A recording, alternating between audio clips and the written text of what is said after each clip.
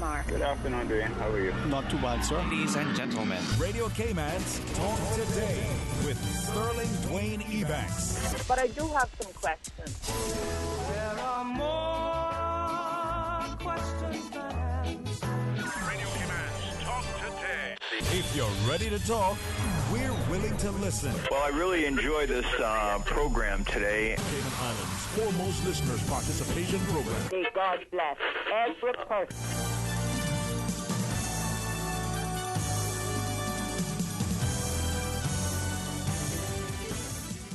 And good afternoon, Radio Cayman Nation, and a happy Wednesday to all of our loyal listeners. As always, you're tuned into the station of the nation, Radio Cayman, and I'm Raymond Singh, holding down the fort for Mr. Sterling Dwayne Ebanks, who will be here momentarily. Thank you for letting us into your homes, cars, and offices for today's episode of Talk Today. As always, we do welcome your feedback and questions and invite you to join the conversation. Simply dial 1-800-534-TALK. That's 1-800-534-8255 or 949-8037. Stay tuned for Talk Today following this brief disclaimer. Radio Cayman's Talk Today, the Cayman Islands' foremost listeners participation program. We ask our listeners to avoid statements or comments which are abusive, derogatory, malicious, or defamatory. Do not use any indecent language or make any statement which is false or misleading. Email talktoday@candw.ky or call 1-800-534-8255. Courtesy of Live Communication. Let your voice be heard. Radio Cayman's Talk Today.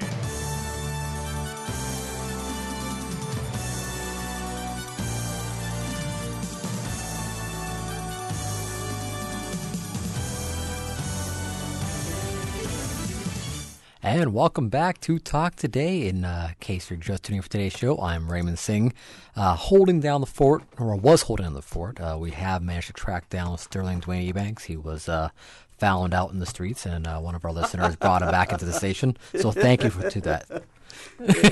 Yes, he was trying to escape. He was trying to escape. And Yeah. One of our listeners tracked him down, dragged him back in, said, no, sir. Get back on the radio. So you can't leave just yet. Hey, it's amazing. Thank you very much for yesterday No, as you're most well. welcome. And thanks for keeping my company. And also, it's amazing sometimes how the walk from the car park or walk from one building to the next. Sometimes the rain, sometimes the appointment. But sometimes, you know what, you just say, my brain is willing, but my leg's not giving. I just can't find myself in the studio. But Susan, she has a lasso. It's kind of like Wonder Woman. You know, she pulled her That lasso. magic lasso, right? Yeah. Another planet from out of this world. Yep. But it's incredible, and it's good sometimes to have company. And you did a phenomenal. I would even say a sterling job yesterday, but Look at you with the pun there. I like that. You slid that one right in. Just right there, man. Some days, you know. You have some good talents there. Like, I think you're underestimated for some of your talents here. You think what people underestimate me? Wow. It must be the height.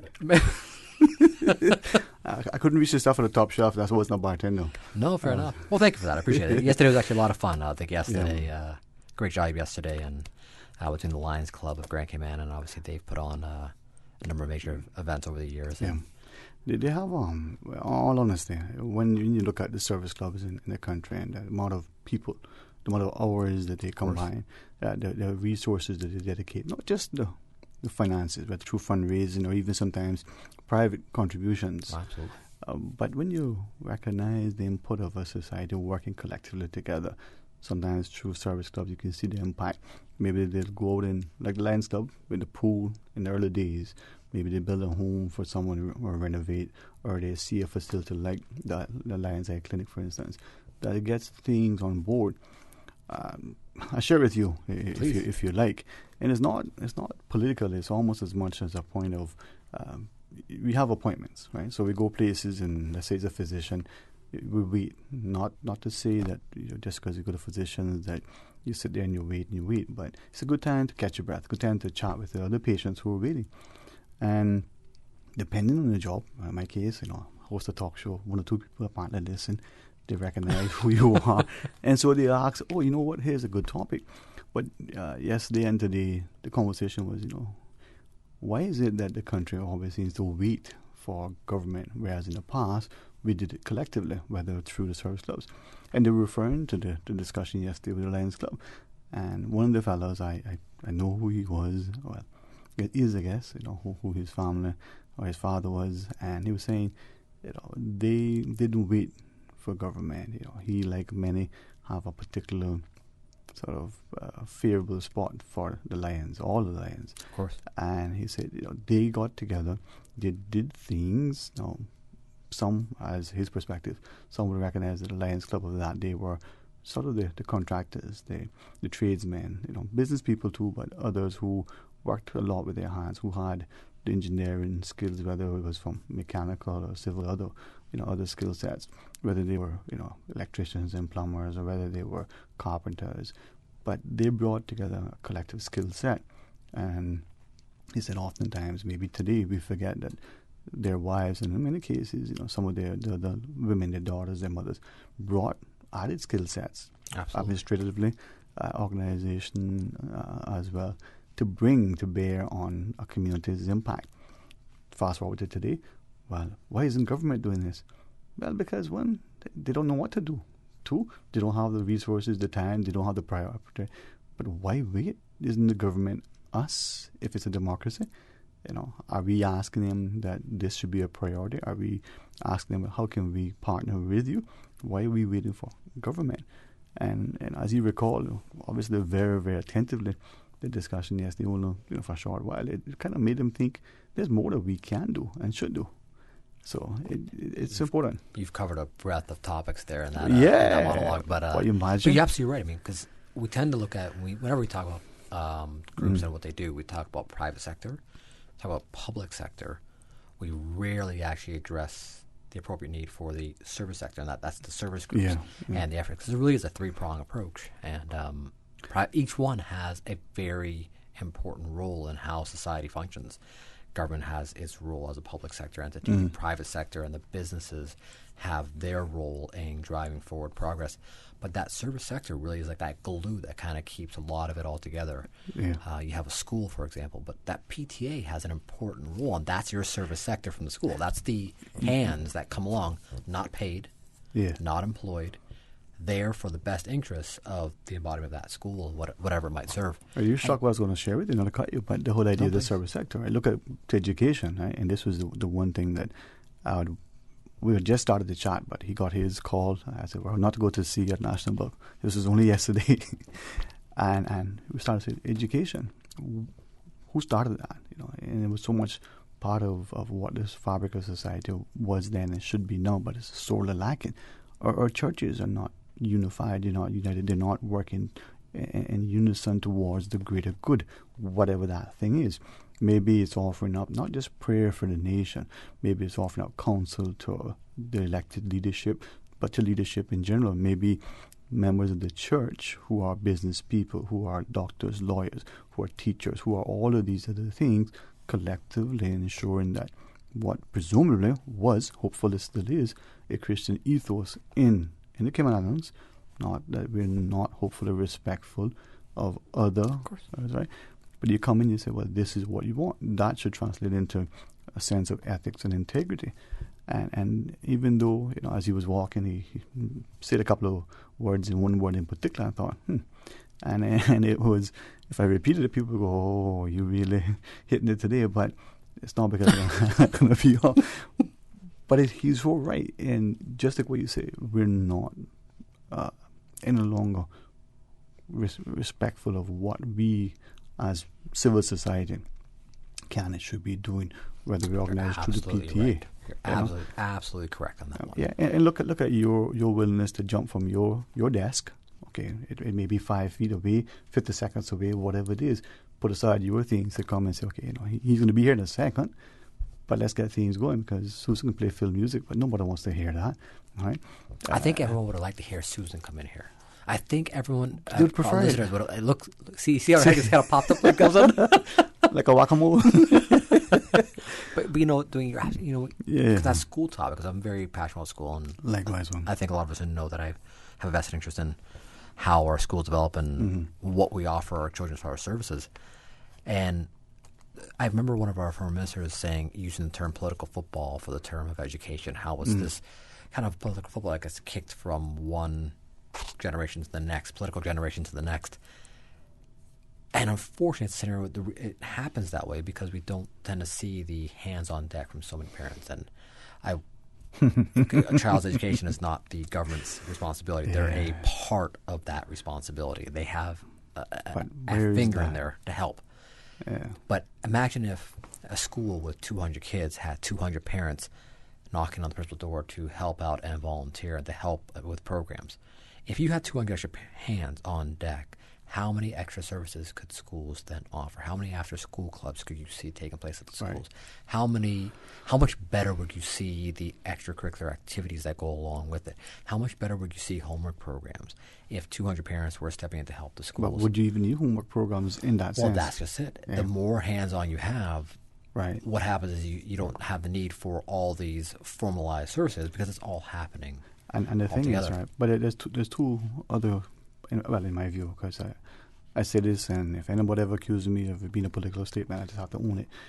The pillars in a society, in particular this society, strictly, simply, in my mind, strong education, robust education system, and equally strong, robust healthcare system. Because if your populace not educated and healthy, what's the point in having diamonds that you can mine, gold that you can exploit, oil or a tourism sector, if so people aren't able to benefit from it, right?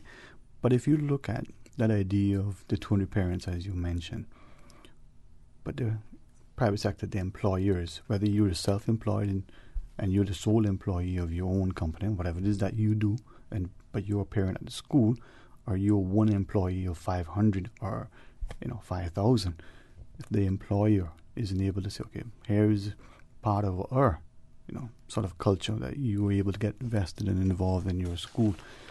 I like how Susan's whispering in your ear today. I'm going to have to not get tuned into that today. Dwayne's causing all kinds of trouble today. Hey, come on, man. This is like sort of behind the scenes, It's good to sit from this seat. It's good to see a different perspective, I think if we had a camera in that room, we'd see Miss Susan blushing right now. No, that's not blushing. She just, that's good. But no, let's come back. You want to sit or you got to go back to your desk? No, I got a few minutes, by all means. You got a few minutes? Yeah. Well, take us to the break, Ray. I'll do it. Well, I can't take your full responsibility. I did the intro for you. No, listen, I tell people, no, I don't tell them that. Let me tell them something else. All right.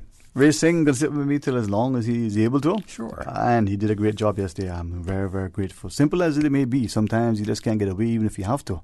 If nobody else isn't willing to take up the mantle. Are we going to do that when we go forward? Well, when we come out from the break, let's talk a couple of things. We'll get Susan into the discussion. It could just happen. It's a Wednesday. Wonderful things happen on Wednesday. Phone lines are open, so let's hear from you. Stay tuned for Talk Today.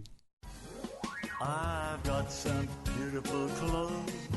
I know just where they go.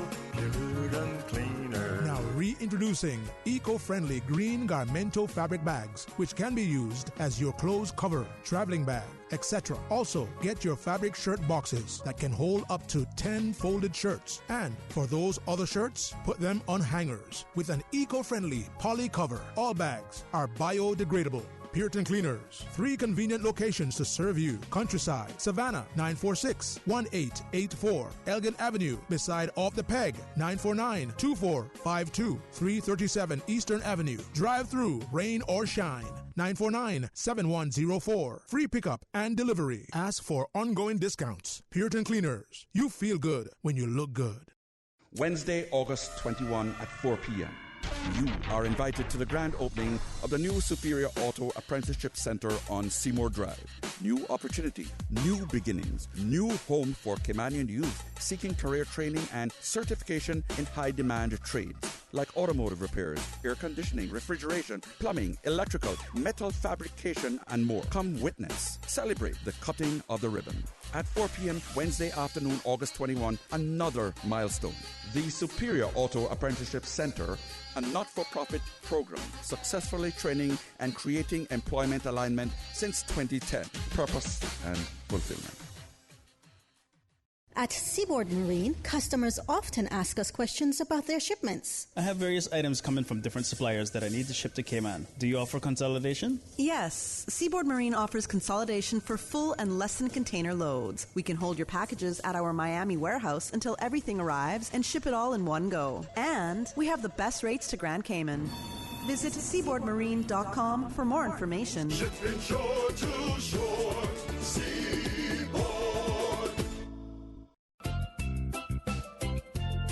Wait, and I hear that? Yeah, fam, what that is and where it coming from? I don't know, you know. Wait a minute, and here we having some UCCI Steel Pan students on. Ray, I want to see this. Yeah, man, this gonna be lit. Oh, how this gonna be lit? We gonna be having some gospel up in here. Who gonna be here preaching us with some gospel? Cause man, I needed that for CXC results. J-Prophet. We will be having J-Prophet on as well. So many change for the money life and the city lights, yeah. The word of the week is melanin. MELANIN. It is a noun that means a dark brown, black pigment occurring in the hair and skin of people and animals. You can join us this Wednesday from 4 to 5 p.m. right here on Radio Cayman 89.9 FM. And for Youth Flex, a program for all people, by young people. Youth Flex, morning time. Radio Cayman, maintaining the innovation. On a daily basis, making it easy to connect with you, our listeners. Add us to WhatsApp today, 925-3261. That's 925-3261. Radio Cayman. Send a text or voice note. Can I send a request, please? You don't really have to ask us. Just send a request. This is a shout out to my ex. Radio Cayman, the voice of the Cayman Islands. Radio Cayman, maintaining the innovation. Talk today. But I do have some questions. Talk today. Cayman Islands' foremost listeners' participation program. Talk today. Because there are more questions than answers. What the public is saying. Waiting to take your calls right now. Sterling Dwayne Ebanks.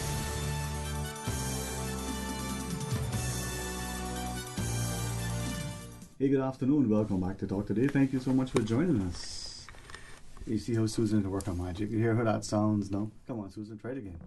Mic 2 and mic 15, they're in the Rooster Studio. 949-837. Wait, seems like... Yes, sir. Yes, sir. No, maybe sir. I should have taken a day off. No, it's all. It's all good. You're changing the mic for me, Susie? There we go. There we Come go. on. We're back to normal now. All right. That's Woody. No, Woody has came in. He came into the studio last night. I think I saw him scrolling about the place and he mixed up the mics. So what are you doing over there? You know, a little corporate sabotage. It's all good. Yes. Yeah. You know, healthy competition. It is. Oh, he's my cousin, man. He's a good guy. You know, we're talking about the education. You mentioned the robust, having a robust and you know, like a solid education system. But the question I always ask people when they make that statement is, what do you mean by a robust and solid education system? What does that actually entail? Well, glad you asked, Ray. Let me tell you. Please stand by. No, seriously. When we look at education, right, and I say this, and thank God for mothers, and thank God for our mother, in that long before I ever heard any term about being a lifelong learner, I saw true example.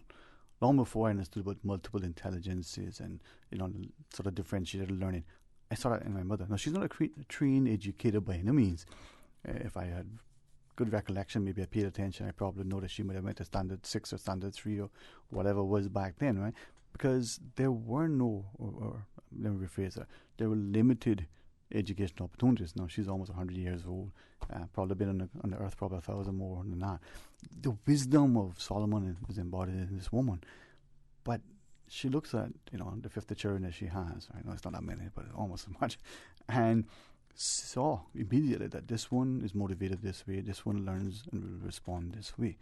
And without raising a hand or a cane, sometimes without even raising an eyebrow, she gets you to your full potential.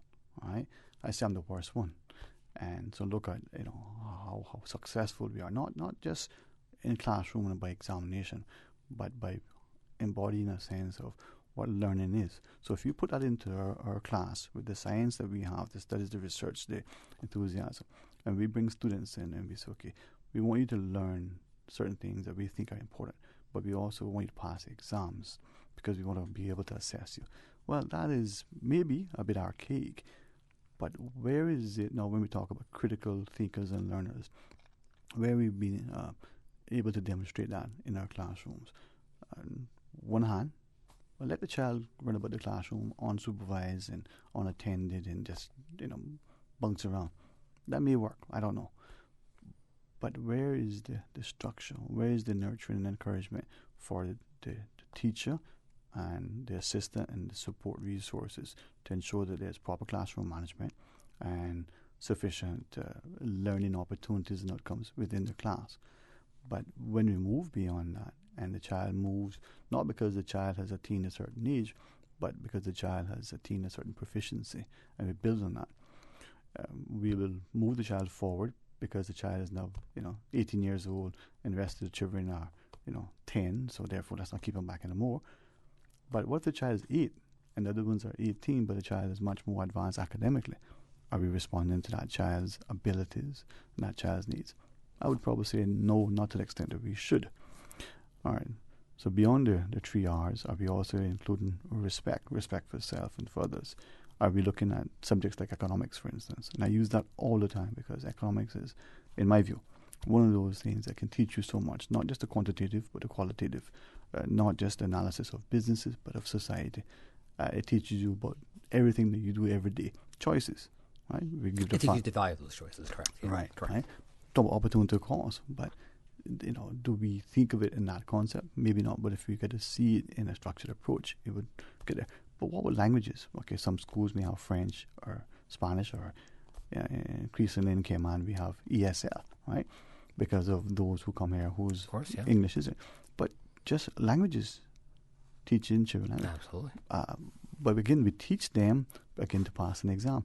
Why not just for conversation? Why don't we teach Latin anymore? We see them to recite the 6 tenses of a verb, and then write down on a paper and pass a test, and that's it. Now, this probably will offend some people, even in Cayman, but you know what? Think of it, and as I would say, be a little mature before you become, offended. But where is Bible? Not religious education. Where is the Bible in our schools? The teachings that, because it's supposed a Christian nation, and with that you get your ethics, you get your integrity, you get your respect for self and respect for others. Right? We no longer teach the golden rule. We've replaced it with he who has the goal, or probably even worse yet, he who has the gun makes the rule. And that gun can be a physical gun. It could be some instrument that conjures up a semblance of power. Maybe it's your position, the prestige that you think you have because of, maybe how you look, your last name, or whatever title you carry. But where's the humility?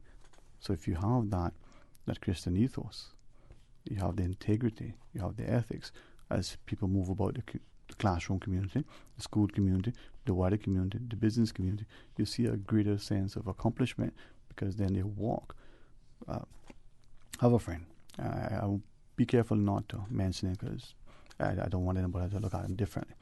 But he comes from a particular nation within Europe, put it that way. So that's maybe a large swath of land, so people might know exactly. My understanding is that in that particular nation, they have a particular perspective when it comes to the public's participation in certain things, public's expectation of the way certain things are done. Now, it isn't that the government isn't held to account. It isn't that the government isn't supposed to act in a way that if they contravene certain laws, whether it's the elected government, appointed government, or those doing business with the government, that there won't be consequences. But they don't wait for the government. They, as a people.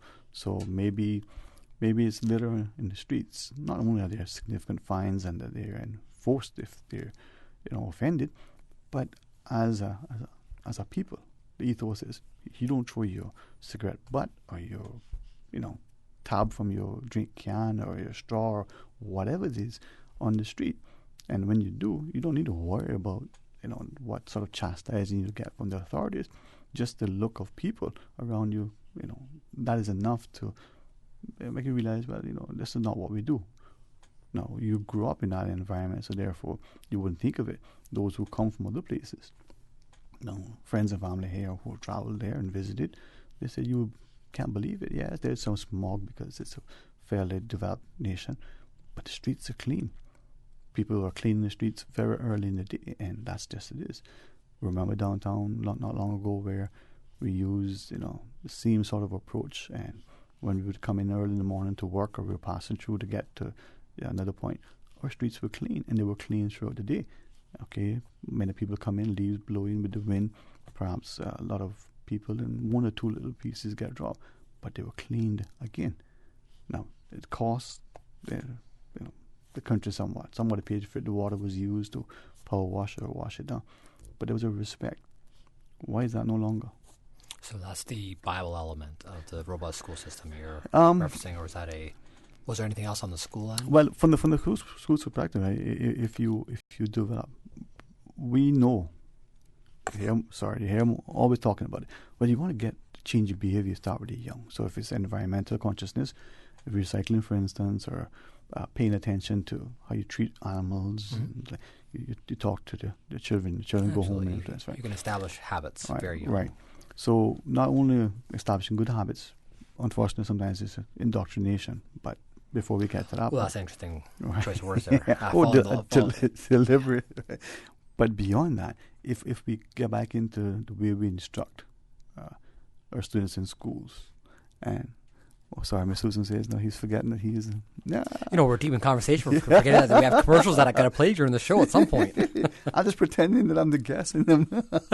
No, please, yeah. No, but the idea as we approach education and without question, we need to make sure that our students are given the very best opportunities to develop the most recognized, international, not just here, pieces of paper, as it were, so that if they're going from here to work in Germany, or they're going to be in Japan, or they could be somewhere in the U.S., or they may be volunteering through a missions group and some other, presumably, developing nation, they have something, whether they're plumbers, electricians, whether they're mechanical engineers, accountants, or lawyers, that they have something that is recognized internationally. The idea that we talk about technical and vocational training as if it's this thing that people who do it aren't smart. Because just listen to the words. Oh, well, it's not everybody's academically able, never cut out to be. Oh, people use very poor choice of words when they start categorizing these schools. Some do, but some it's a mindset. And I think that the people who are mechanics, whether they're diesel mechanics, whether they're automotive, or whether they're marine mechanics, whether they're electricians, whether they're carpenters, that they're smarter, actually, than the person who's a lawyer, right? Now, they're definitely smarter in different ways, but they're not, well, in my mind, they're smarter, right? You get your good electrician come in and do some stuff, or your plumber, or your AC technician, right? And you need something done, and they come back and, wow. It's a different skill set, fair enough. It's a different skill set. That's it. We're measuring wrong skill set. Right. But it's also a sense of intellect that we are dismissive. Even though we may say, oh, no, I don't downplay your job. Well, we're forgetting equally that the guy who is, in that area, and I say guy, I mean woman, man, doesn't matter, in that area, their bank accounts aren't too shabby, all right? Absolutely right. But we downplay it, sometimes deliberately because we're trying to discourage some people from into that field, but other times because we don't see the value in it. We don't think that the person who's at a black tie event, and his day job is, well, you know what, maybe he does this, or this, right? Not the other guy who is, I don't know, cardio, some sort of surgeon or some sort of other thing that we think. You're right. I mean, what's the line? We ask people what they do for a living so we can decide how much respect we should assign them. Isn't that the way the line goes? On that note, though, we have Sterling Dwayne Ebanks in the hot seat today. We will be taking a quick commercial break and back with more talk today right after this. King Sports Center takes pride in being more than just an ordinary gymnasium. For 14 years, their multi-purpose facility has been providing the community with a variety of sporting, recreational, and relaxation activities. King Sports Center has a bowling alley, lounge bar, multi-purpose rooms, powerhouse gym, rock climbing wall, bungee jumping, a 10,000 square foot rink, and so much more. For more information on the variety of services, call their friendly staff today at 946-5464 or email kings@candw.ky or visit www.kingsportscenter.com. King Sports Center, your one-stop shop for fitness, recreation, and relaxation. Parents, do you know what time it is? It's the most wonderful time of the year. Well, it's not Christmas time, but school is nearly back in session. Is your child ready for the school year? Stop by Savannah Pharmacy in Countryside Shopping Village and pick up all of your child's stationery supplies. With 30% off selected items, you won't need to break the bank to get your little one prepared for the school year. You have enough to worry about. Make back to school a breeze with Savannah Pharmacy, located in Countryside Shopping Village, or call 946-3336. Hey, Hey, are those new glasses on Will? Yeah, we went to Optical Outlook. Wham, bam, easy exam. Finally, an exam he could pass. And we had the glasses the next day. Easiest part of our back-to-school shopping for sure. Book your child's eye exam today at Optical Outlook. Call 746-2020. Get half off a complete pair of glasses with any student's eye exam now until August 31st. Come see the difference with Optical Outlook, located in Caymanian Village. Terms and conditions apply. Excuse me, I noticed you from afar. Really?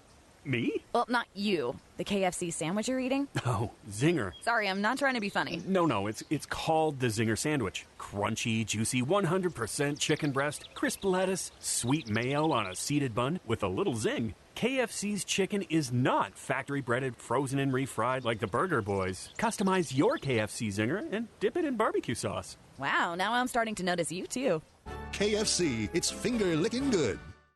Are you going away but still need to verify your signature on the cruise port referendum petition? Then head to the elections office before you leave to confirm your details with officials. Have you signed the petition and are currently off island? Email the elections office today for verification assistance at office@elections.ky. Be sure to tune in every Tuesday and Thursday at 7:30 a.m. for The Business Buzz with Sabrina Turner. Brought to you in part by insurance agents Michael Webster and Denise Brown from Cayman Insurance Center, specializing in life and property insurance. Don't take chances with your family's future. Talk today. But I do have some questions. Talk today. Cayman Islands' foremost listeners' participation program. Talk today. Because there are more questions than answers. What the public is saying. Waiting to take your calls right now. Sterling Dwayne Ebanks. Hey, good afternoon. Welcome back to Talk Today. Thanks so much for joining us, and thanks, to Raymond Singh for not just keeping my company, but for doing a wonderful job yesterday to allow us to get other things done. And of course, to Miss Susan, because she's right there, isn't it? Between us, just hopefully nobody else is listening, but Joel does the board, and DJ Lynn does the board, and Paul Acard does the board, but nobody does the board like Susan, no? Miss Susan is fantastic, I will say. And I always reference this conversation I have. I just started at Radio Cayman. It's a true story. I just started. I've been here about a year at the time, and we did a episode of Talk Today on New Year's Eve. And someone made a recommendation that we do a call-in to vote for a person of the year. Mm-hmm. And every single call from the time I left Radio Cayman that I got home was callers calling in to nominate Susan Watson for person of the year. Yeah. And I realized just how influential Susan is. No, it's just she doesn't realize it, right? But I have a good friend, and because of the nature of his job, he's up super early. He gotta get things done. And Susan in the morning, I make jokes with him, and you can take your imagination where you want to go with that. But it's her that gets him up in the morning, gets him going. It's not the coffee, it's not the thrill of the job that he does. And yet there's so many people, and he's not a particular. He'll tell you this. He's not a particular religious person like many of us. We grew up maybe being forced to go to to church. Maybe we grew up and attended a church school alike. But Susan is, as you said, very, very influential. No, she's great. Now, Susan for premier. Possibly one day, but I have heard from some of the clients that we work with that Susan in the morning, and just waking up to Susan is, it's just it's tradition. In many ways, it actually. What's that song? The best part of waking up is Susan. we got to come up with a song with that. That should be a morning song. We do have one call on the line, though. Let's go. Hello, good afternoon, caller. Good afternoon. Welcome. Yeah, good afternoon, gentlemen. How are you, my friend? How are you today? Sir. Okay. Yeah, I was speaking to Mr. Ezra Miller concerning case that is supposed to be going to court this month with the two ladies who want to get married in Cayman. And I asked him if they were to win the case with the three judges, what would happen after that. what would the government do after that? And he said that they would take it to England, to the Privy Council. To the Privy Council, yes. And I asked him if the Privy Council in England was to make a ruling giving them permission to get married in the Cayman Islands, even though it's against our constitution.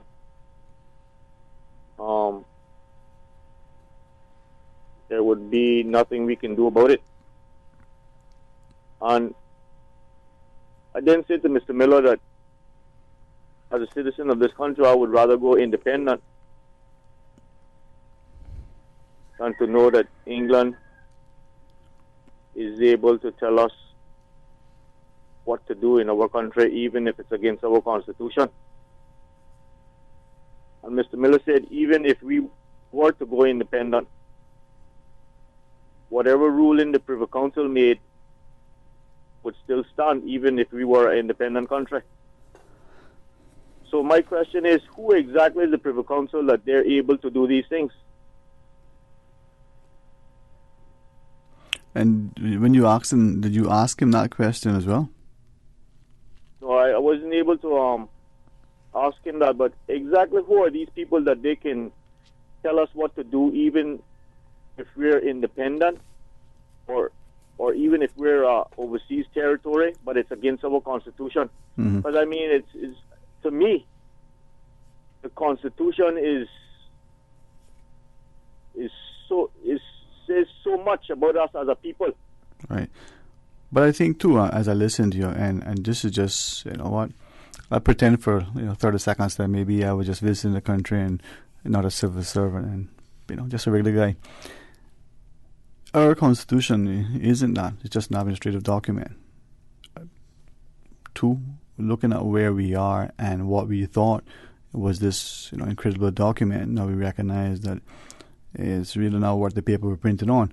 But all the hullabaloo that we were making about it being this, that, and the next thing during the constitutional discussions, that particular topic, as were a few others, seem to have been sacrosanct.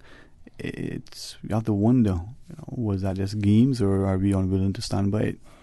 But maybe more importantly to the issue is, would that thing, that ruling, would that be so significant for us to go independent? Whether being independent is a good thing or a bad thing, but why in your mind would going independent over that be so crucial? Well, Dean, if they're able to tell us what to do, even if it's against everything on our constitution, like say, if they go against everything that is our laws on the constitution, and they continue to tell us what to do, such as this thing that is now in court with these ladies, then I mean, how are they able to do that? That's my question. Who are the Privy Council that they're able to tell us as a country, even if we're independent? All right. Well, let's look at two things then, right? One, the notion that presumably, again, come back to the constitutional discussions, come back to what we think is the wording within the Constitution, when it says that the judge now in a case can seemingly go against the Constitution. There were some, again, lawyers in particular who said, well, that really wasn't the intent. That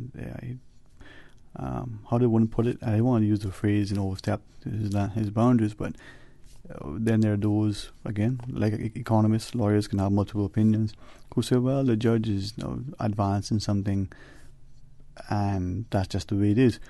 Remember, we were the view that our Constitution said that the courts, if they found something that they didn't like, could say to the Legislative Assembly, we don't like this thing, you need to go back and change it, but they couldn't force them to change it. The UK can and did and does and will at times, but the courts couldn't. Like, for instance, we know the courts in the US can.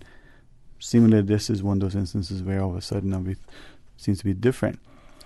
But then that begs the question, where is the political will, both of those that we've elected as well as from those who are the voters, to stand firmly. Now, Ray, my next question is: is this thing that important? Yeah. I think the elected body has actually taken a step. Have they? But have they willingly? Have they really sufficiently and convincingly, or is it just trying to placate, come in just pandering? It's politics. At the end of the day, there's going to be pandering on the other side. That's the nature of the game. Some things you don't pander too much. Well, no, I'm completely in agreement with that. But I think that say the government has not done something in regards to challenging that ruling, but they have. Right. And they have done that. You still there, sir? Oh, yes. Yeah. I remember when we were in the process of doing our constitution, and there was a hesitation for a few things. And we were told that if we didn't get our constitution written at a certain time, that England would write our constitution for us. And when we did get it done, and we sent it to England, they signed it and approved it. So, how the Privy Council able to tell us what to do, whether we're overseas territory or we're independent? Who are these people? Right now, it's actually a great point. I've never actually heard of that. That scenario of mandatory if you were to go independent of the Privy Council having any right to govern at that point. I'll just give a simple perspective and not. And then we do have to go to our 1 p.m. news. To the caller's question, he's asked a couple of times. Because of the bottle law that we subscribe to, so we're part of British common law, my understanding is that if there's a case before the courts, so let's say it started in Grand Court, and then one party appeals to the Cayman's Court of Appeal, and then that party feels aggrieved, the next step would be to the Privy Council, and then that decision would be the ultimate decision on that thing, whatever that is. It could be an issue with respect to a piece of equipment that the government didn't gazette, let's say a breathalyzer. To my knowledge, none of those cases went as far as that. It could be a case on something else. So once the Privy Council makes a ruling, that becomes the law of the land from the perspective of case law relative to decisions that are similar to that. That's the precedent now. And all lower courts will follow.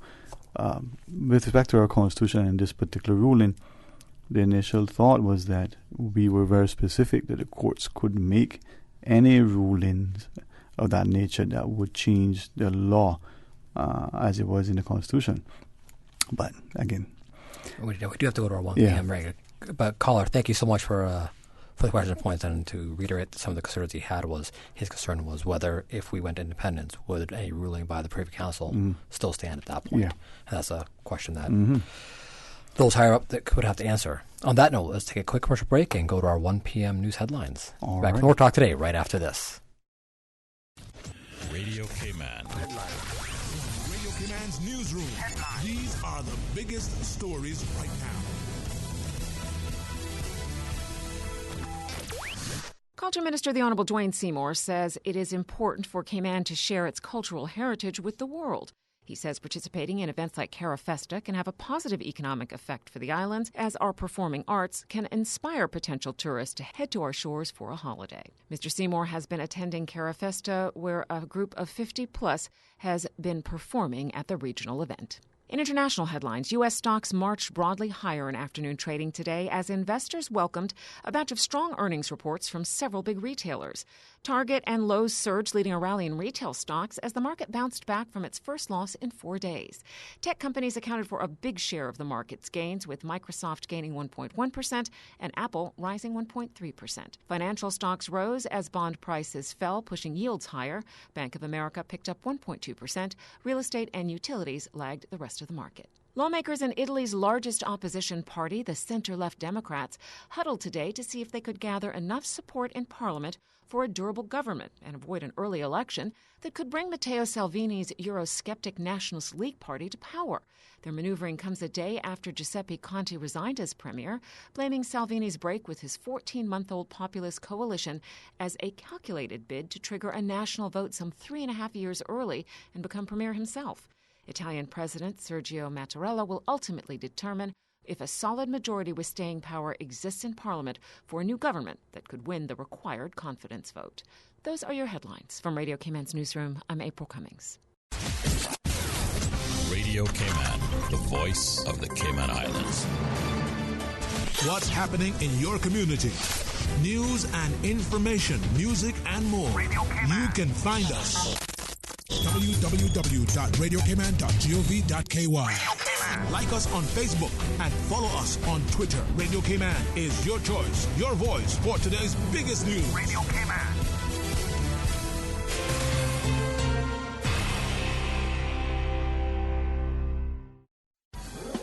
I've got some beautiful clothes. I know just where they go, pure and cleaner. Now reintroducing eco-friendly green Garmento fabric bags, which can be used as your clothes cover, traveling bag, etc. Also, get your fabric shirt boxes that can hold up to 10 folded shirts. And for those other shirts, put them on hangers with an eco-friendly poly cover. All bags are biodegradable. Puritan Cleaners. 3 convenient locations to serve you. Countryside, Savannah, 946-1884. Elgin Avenue, beside Off the Peg, 949-2452. 337 Eastern Avenue. Drive-through, rain or shine, 949-7104. Free pickup and delivery. Ask for ongoing discounts. Puritan Cleaners. You feel good when you look good. The best back-to-school sale is now at Reflections. Buy one, get one half price on all back-to-school shoes. Over 100 styles of your favorite brands. Nike, Adidas, Puma, Reebok, and more. Back-to-school savings on shoes for toddlers, children, teens, and adults. Buy one pair, get the second pair half price. Or buy one pair of shoes and get a backpack half priced. The best back-to-school sale at Reflections. Now located on Shedden Road, across from Napa Auto Parts. Beside Mango Tree. Reflections. Did you know that once properly sanitized, some tinned food items may still be safe for consumption after coming in contact with floodwater? In order to properly sanitize these tins, always remove labels and then wash tins in a strong detergent solution using a brush to get rid of excess impurities. Tins must then be immersed in a solution made of 2 tablespoons of chlorine bleach per gallon of water for 10 minutes. Ensure that containers are air-dried before opening. For more post-hurricane food safety tips, visit the DEH website at deh.gov.ky. Talk to Dick. But I do have some questions. Talk to Dick. Cayman Islands' foremost listeners participation program. Talk to Dick. Because there are more questions than answers. What the public is saying. Waiting to take your calls right now. Sterling Dwayne Ebanks.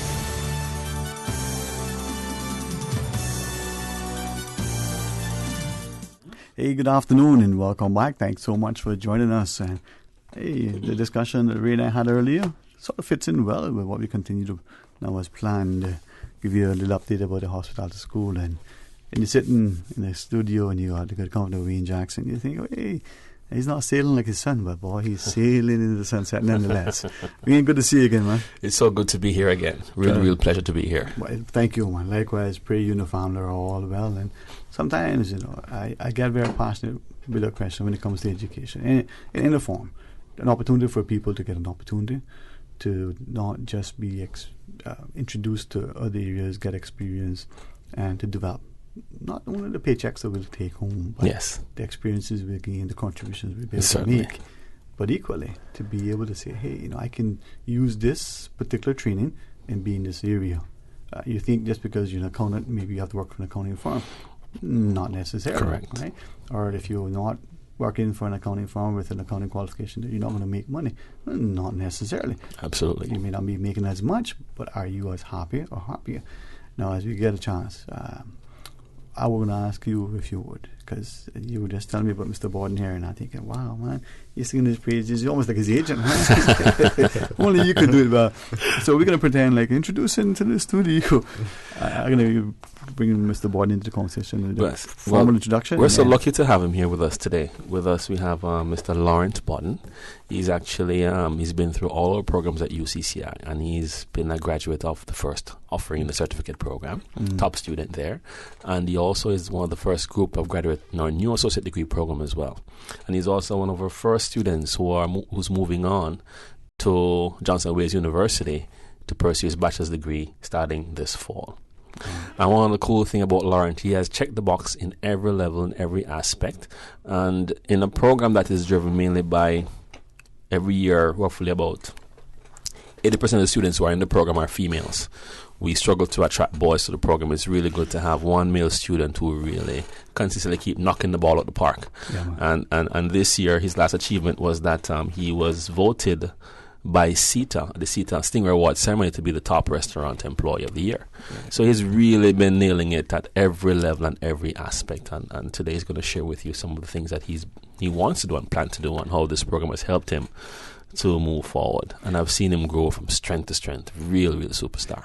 With encouragement, with a nurturing environment. And I commend you. I'm going to ask you at some point to share with us not just why you wanted to get into the program, the enthusiasm, and hopefully then encourage others, inspire them, equally get them to see that there are opportunities. But as you would, man, again, very, very proud of you. I've seen the sort of, what's the PR from the Stingray Awards, and I see the different names. And with the greatest respect to all the other names I couldn't pronounce, and I say, hey, I see this name, and this is a familiar name. Oh, I know this first name. Oh, I know this. It inspires you. It's like if you watch a movie and it's filmed in a place that you visited, you go, oh yeah, I remember that street right around the corner. You kind of have a sense of, hey, I know. And so, although I don't know you in that sense, man, I'm proud of you. So good afternoon, and may you continue to excel, but also have great enjoyment as you do. First off, as you wish, share anything you want about yourself, but definitely want to ask, what brought you, did you always know you want to be in this field? Per se, well, just good afternoon to everyone who's listening. Honestly, I started off not knowing what I wanted to do in high school, you know. I just know I wanted to be a football player, just to get a little bit depth in it, you know. Mm-hmm. I really enjoyed it. Got injured, so didn't have a B plan. So I always realized that I like to talk to people. I was always a social bunny, you know. I always like to go around people. And in high school, I had little areas I would move about, you know, me and my buddy. So through that experience, I went into SciFect, and I saw this course called hospitality, not knowing very much about it. So a common misconception of, you know, I thought it had to do with hospitals, you know. So I was like, let me give this a try. And then when I went into it, it's like, oh, hospitality and tourism. Okay, I said, okay, that struck home. And I said, I always like travel. I always like cultures. I come from a mixed culture as well. Come from my parents going back from here, but have mixed with Chinese, Hispanic, Indian, African, you name it. I mean, when you're from the Caribbean, you're from everywhere. Yes. So from that, I think that always gave me like a will to know about other cultures. So. Yeah, moving a little bit forward, after SciFect, I enjoyed the hospitality course so much. I actually was working at Red Sails in my placement, and working on the beach as a 17-year-old, you know, it was amazing, you know. Why are you telling us? I had a lot of fun. Made a lot of friends, met people from all over, and that was just like, you know, a ripple effect, you know, into what really took me into it. It's something you shared. I mean, I would joke and say, you like to talk to people. Man could be a politician, but we won't go there. But you never know. You know? Hey, there you go, man. You never know. Listen, that'd be my political statement for today for sure. Everybody in this country who is eligible to vote, get registered to vote. And that's my political contribution. So you be a part of it. But Mr. Jackson, from that perspective, you know what Mr. Borden shared, we are in Cayman. We're supposed to be a top tourist destination. Hospitality is ingrained in us. You know. Yet, the misconception, that perception with hospitality, not unlike the financial sector where we don't seem to understand, as a people, whether we blame the government, I think maybe unfairly if we do, whether we blame the education, maybe partial, but we're not communicating to our people, one, what the sector is, what it's about, the benefits to the economy, but the benefits, you mentioned travel. But as an educator, as sort of the director of hospital, I mean, take us there. Since my arrival here, we've made effort to go into the schools and to share this industry and some of the opportunities. One of the things I've always said is that we employ the most persons in the world, hospitality and tourism. Right. Globally, we employ lawyers, we employ accountants, we employ... Only persons we really don't employ are the persons who are morticians, really. If you look at all the other sectors, we employ every single person you can look at. The designers, the architects, the welders, every aspect. We touch every particular sphere of the vocation. And not even, I mean, if I can just interject, when you talk with designers and architects, we even have those people who specialize in the hospitality. They only design hotels or restaurants or inside of a restaurant. Right. So it's a big sector, but yeah, go ahead. It's massive. And I mean, you have people who our industry has become so vast now. We've moved now into medical, sports tourism, and all these unique niches in tourism as well. We'll talk about wildlife attractions. Cayman is one of the top diving destinations in the world. A lot of our marketing from DOT pushes that aspect as well. So our unique market or demographic in terms of being a more affluent destination to come to. And number one, for years now, we've been the number one destination to come to in the Caribbean. And I think what DOT has done, and the Department of Tourism in particular, is to push this initiative forward in terms of bringing persons in. You know, I learned that they brought in persons from TripAdvisor and different global companies to come in and bring our hoteliers on board for them to learn how to maximize and leverage these connections that they're making as well. So the DOT is doing all these things. In addition to that, one of the things I want to plug here as well is that because they've launched this program, persons like Laurent and other persons like him who've gone through the program are able now to take on hospitality as a viable career option. Right? Just yesterday we were talking about tips that persons have made in the industry, and two students were sharing. And one works at the Ritz-Carlton, and he works at a restaurant, Guadalupe House restaurant in Wharf, and he got 2 tips for $1,000. Just from one table. Yeah, but don't see that problem, man. Your friends will hit them up. Give them a loan, bro. You know? and this other young man says, "Well, I didn't get that much. Well, I got $350." I'm like, okay. Yeah. And so one of the things that is on that doesn't communicate, we don't communicate often enough, is the ability for persons in our industry to make an income that's quite significant. Yeah. But I think so, though. I mean, and I don't know that this is still the case, but I know it was a big factor not long ago. You worked in the sector, you made money, but then when you went to the bank, for instance, as I came on and you said, I want to buy a piece of land, I want to buy a house now, I want to build. You may have had savings, you may have had it, but if your salary is X, but the majority comes from gratuities or other things, the banks would discount it. And it was a disincentive. And the bank, no, I was thinking about it as well, because it came up as well yesterday. Yeah. In that, when you look at it, banks have to also be aware of our industry.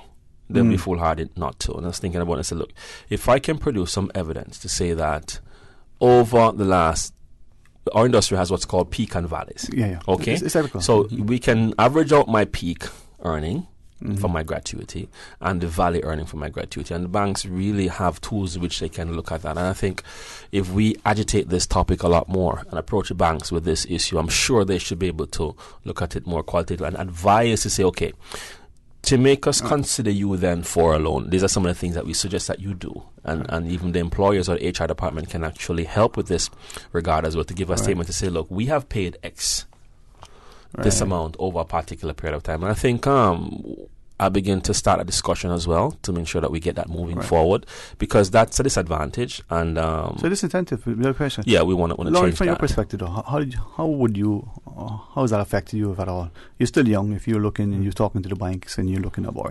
have you had that experience yet that they'll say, well, boy, yeah, you're making money, good tips, but has that been a factor yet for you?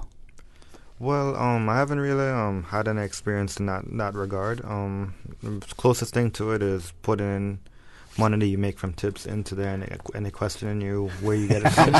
So that was my next point. I'm pretty sure I'm going to go to the bank. Go ahead, finish. I'm kind of like they ask question, how can you prove that this is tips? How can I prove it? That's my question. That's the other thing. I mean, you go into the bank now, right? And if the banks feel like this is a job at them, it is. And I wish I could do it as good as some of my friends. You got $1,000 tip. Sorry, he put it on the table, right? That's okay. You got $100 tip. You got $1,000. You got a couple dollars. You go to the banks now with less than 10,000, right? 5,000, 3,000.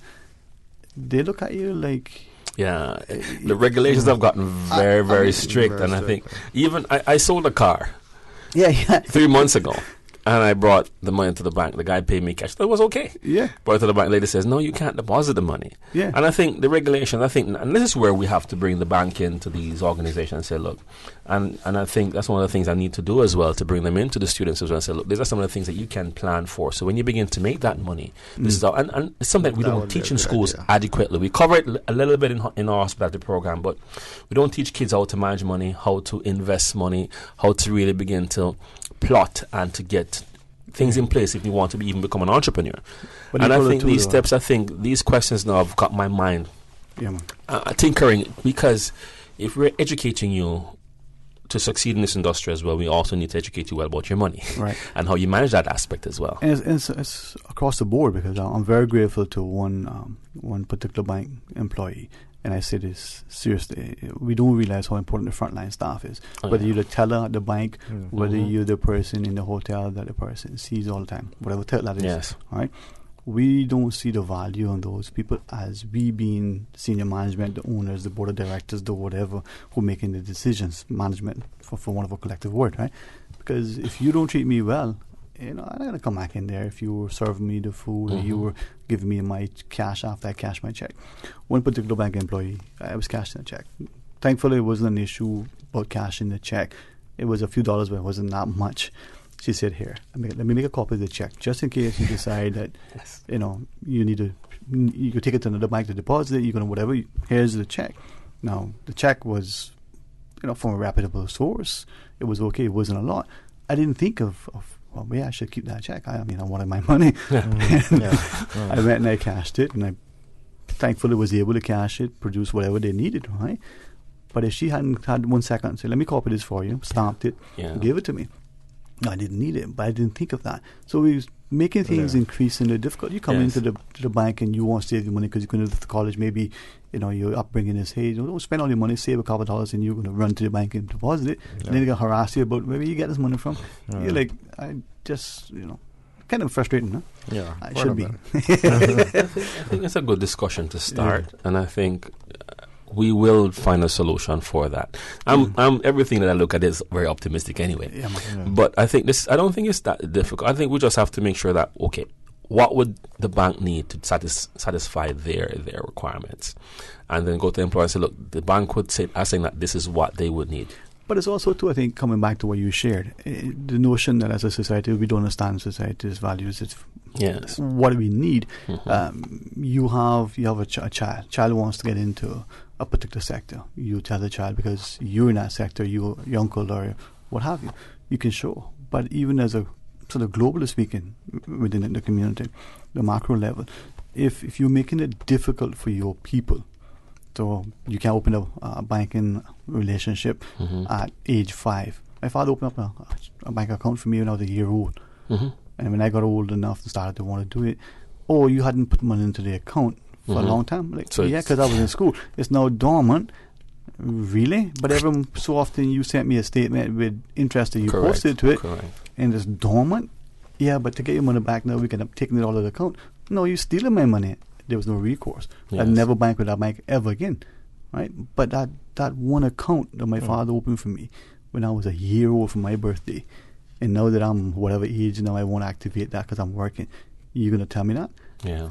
I say that. It's a bit discouraging, No, that's just disrespectful, and that's showing that there's no accountability. But likewise, people like Mr. Borden, showing respect, he's in the bank. He says, hey, I want to put some money in. Here's my check. Here's my tips. Hopefully, it doesn't happen to you and others. No, the bank needs to be cognizant, do due diligence and the like. But the guy that walks in with a tie and a smile probably going to screw you out of a reputation more so than the fellow who comes in, boy, I want to go 5 minutes in lunch break and I want to put my money in my account because I want to be safe. Yeah. Right? Not true? Yeah. I think and that's the thing. That's a good thing. We have the discussion. And we start to put the things in place. And change come because over time we see that where there's a need, where there are issues, so we can actually remove some of these barriers. I think one of these things, I'm sure they never thought about all these things when all these regulations came about with the bank. And I think when I opened an account here about 4 or 5 years ago, as opposed to now, the requirements have changed in that short period of time. And even when I sold the car and I brought the check in, they were asking me for a copy of the check. And I had to go back to the other bank. Yeah. Ask the girl for a copy, make sure it was stamped, and then bring it back. And it probably was not much money either. And I think sometimes with these new changes, young people don't look at that. They're looking at different things. They're looking at social media and so on. And I think we have to now begin to inform them, educate them, not only just to be ready for the vocation, but also to be ready for life. Right. And so all these things have to come into the educational development of students for lifelong learning, for them to be able to be functional literate citizens. Right. And so they can then contribute to the narrative and the laws of the country that would lead to the betterment for all. Right. With that in mind now, as we look at, I always say summer's a transition. September is probably one of the best months ever because there's the good and the bad. You get the weather. I mean, August is just about to be gone, as it were. You get the remnant, sort of be reminded of hurricanes past and the like. So to me, that's the month they should celebrate your people. That's the month they should be a holiday, not January. But that's just another political statement today. Wow, 2 for 1. Mr. Warden, from that perspective, when we're looking at children now who are either going to be entering the last year of high school, going to be maybe taking subjects in high school and starting a new school year, or are they going to be graduating next year, or they're just graduated, they're looking at things. What would you say to them relative to entering the sector? And then, I mean, from that perspective, how do we get into the hospitality and the school studies? But what would you say to them, Lauren, from your perspective? I mean, how do you explore it? How do you get introduced to it?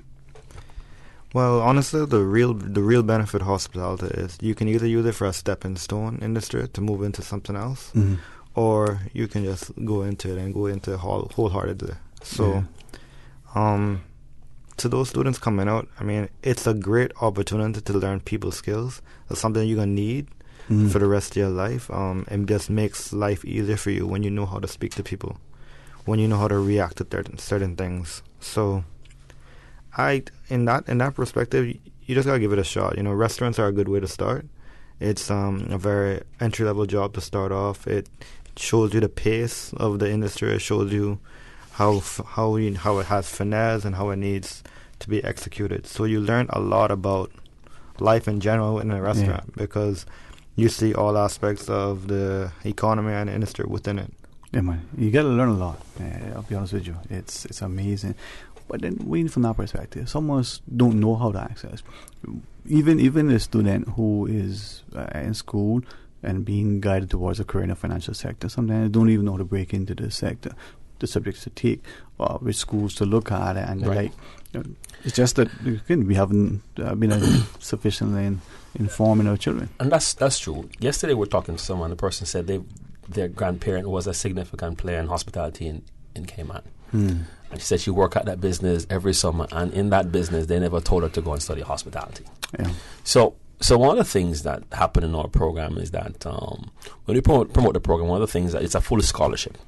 DOT provides scholarship for persons who come into this program. We have up to 40 students that we can cater to this year. Okay, so when persons come to the program, that's one pool. You don't have to pay any tuition. And so if you hadn't applied for a scholarship or anything, this is one of the draws of the program. So with that, some students came to us, a parent says, look, and we're talking to parents now, this is a more mature audience. And parents will say, you know what, my child needs to do something. You need to go and do that for a year. And they come to the program and say, you know what, I really don't want to be here. My mama sent me, my mommy sent me, or my daddy sent me to the program. And you got to come to the program. And I've seen countless students come in and start with that narrative, and they seem very disjointed initially. And then when they begin to get their exposure at the different sectors in industry, then we ask them, what do you like? Then they begin to choose what they like. Sometimes we give them 3 choices. I can distinctly remember one person says, you know what, I don't want 3, I only want 1. I know where I want to be. And this person initially wanted to become an auto mechanic. And so by that exposure, they were able to go into water sports. Yeah. And they became such strong advocate in that area. They were promoted, they were hired pretty quickly, and they had a good amount of success in that choice. Let me ask then, right? When we come back from the break, take it away, we can chat with it. The young ladies, or the person who said my grandmother was a player. There was a time when, it was not long ago, I mean, I don't think I looked that old today, hopefully not, where you could get a summer job in the hospitality sector. You rake the beaches, you put up the chairs, maybe you were helping in other areas, sometimes even in the office administrative aspect. I'm hearing increasingly, not just from high school students, for say, but even college students coming back on break, even young Caymanians who are out of school looking for work. They can't even break into the sector. Right? Even the individual who already has a job but looking for a little part-time gig in the evenings because they want to save up or whatever, right? They just can't find work. Not that they're not willing, not that they're not able, not that they don't have the propensity, they just can't get it. Could we address some of that as well, so that maybe we can find a way to attract and lure more people into it, because it raised me, it fed me, it clothed me, it gave me an opportunity for education, but I can tell you, I didn't end up in it partly because of that same thing. Right. All right. Phone lines are open, and if you think Susan doesn't answer the phone pleasantly, not hostile, but boy, she's hospitable. 949-8037 or toll free with the compliments of Flo. Stay tuned for Talk Today. From happy beginnings to happy ever after. Brit-K protects your lifestyle with the best insurance cover at the best possible price. Health insurance with far-reaching benefits. 95% of claims settled in 5 days. Low-cost life insurance. And investments. Security in retirement. With a custodian pension plan. For happy beginnings and a happy ever after. Visit Brit-K.ky or call 949-8699. Brit-K, where people come first. Gym tonight? I have another test today. Wow, for somebody who isn't in school, you've had a lot of tests this week. Well, Vamp Motors is giving out fresh baked cookies to customers who test drive SUVs this month. And since I haven't decided what to buy, I'm just test driving each one to see what I like best. You better test drive that to the gym and back, especially with all those free cookies you're getting from Vamp.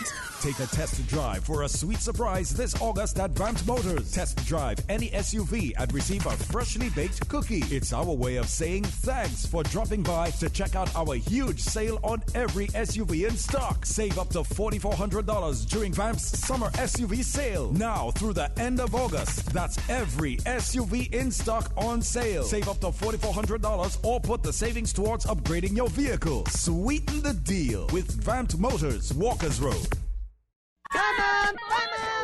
Hey, are those new glasses on Will? Yeah, we went to Optical Outlook. Wham, bam, easy exam. Finally, an exam he could pass. And we have the glasses the next day. Easiest part of our back-to-school shopping for sure.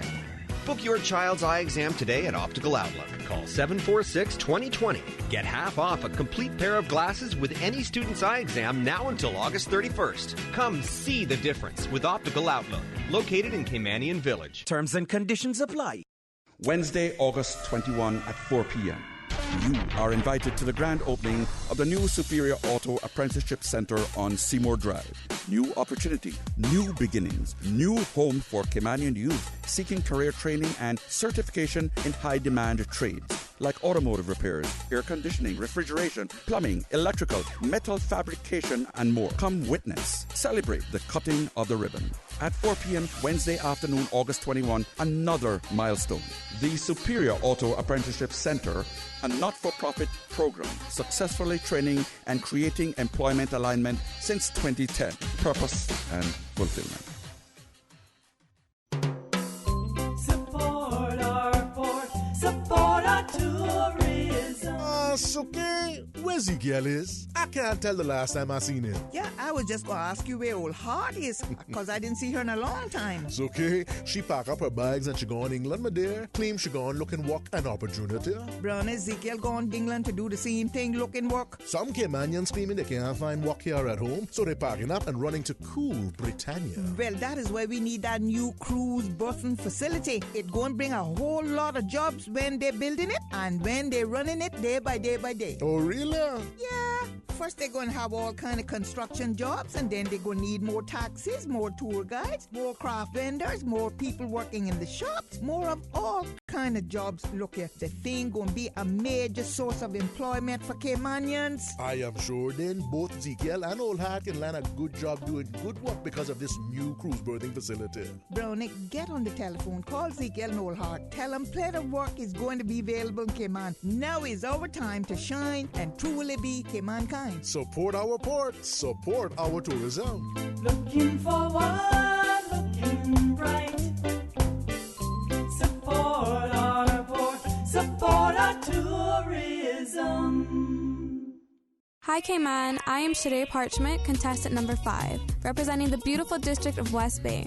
My hobbies include playing basketball, softball, and singing. My platform is self-love, as I feel that it is so important to personal growth, fulfilling your dreams, and surviving deep hardships. With this being said, I want to encourage others to embrace their natural beauty despite what condition or disability they may have. A quote to remember is, believe in yourself and all that you are. Know that there is something inside you that is greater than any obstacle. By Christian D. Larson. This is a reminder that if I believe in myself, that I can overcome anything. I hope to see you all on the 24th of August at the Lions Center for our 39th Miss Teen pageant. Talk today. But I do have some questions.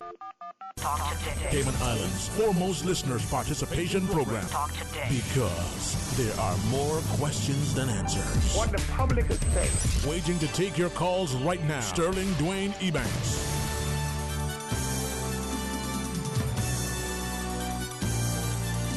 Hey, good afternoon. Welcome back to Talk Today. Thanks so much for joining us. Yes, if you were happen to watch us on YouTube and you go, that's a handsome fella, you're probably looking at Mr. Button. Mr. Jackson, you and I probably Susan should just make the image on him, right? Wow. Hey, listen, man. In this studio, there's only two things to be expected: honesty and honesty. All right.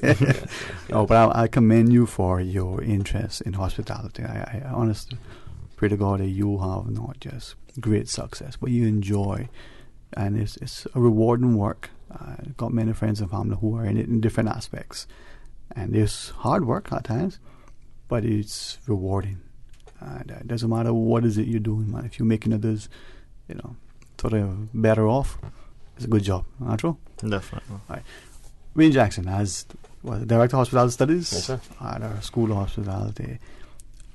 Just before the break, we want to get into the things. So there are those who say, well, I wouldn't mind getting into it, but it seems like the doors are being closed, or there's always an excuse, and there's always. How do you address that?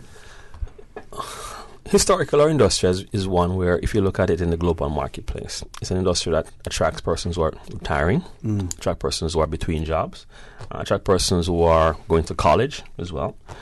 So most of those persons are going to college, in particular, work in restaurants, make tips and so on, and help sustain them while they're in school.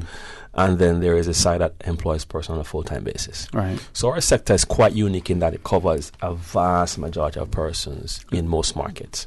So it's not uncommon to associate those international practices with what should happen here in Cayman. And I think the narrative is shifting, and how we want to communicate that is to say, okay, get our students qualified enough so they can knock on the door. When you knock on the door, you look at them. So when we choose our students to come into the program, we look for particular traits. So we say, okay, fine. Do you think that talking to people for a long period of time is more fun than opposed to, trying to be doing something else? We ask them behavioral questions to see if they would love to be in this particular sector, because it's a sector that requires you to give and to keep on giving. And one of the things that has stood out to me over the years is that many persons in other professions who are succeeding got a lot of their foundations in hospitality. Right.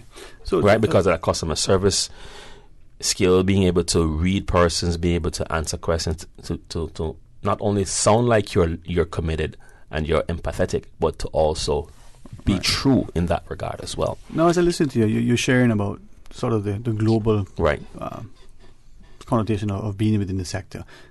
You're working your way through school. You're retired and you come back in, or you're between jobs. Correct.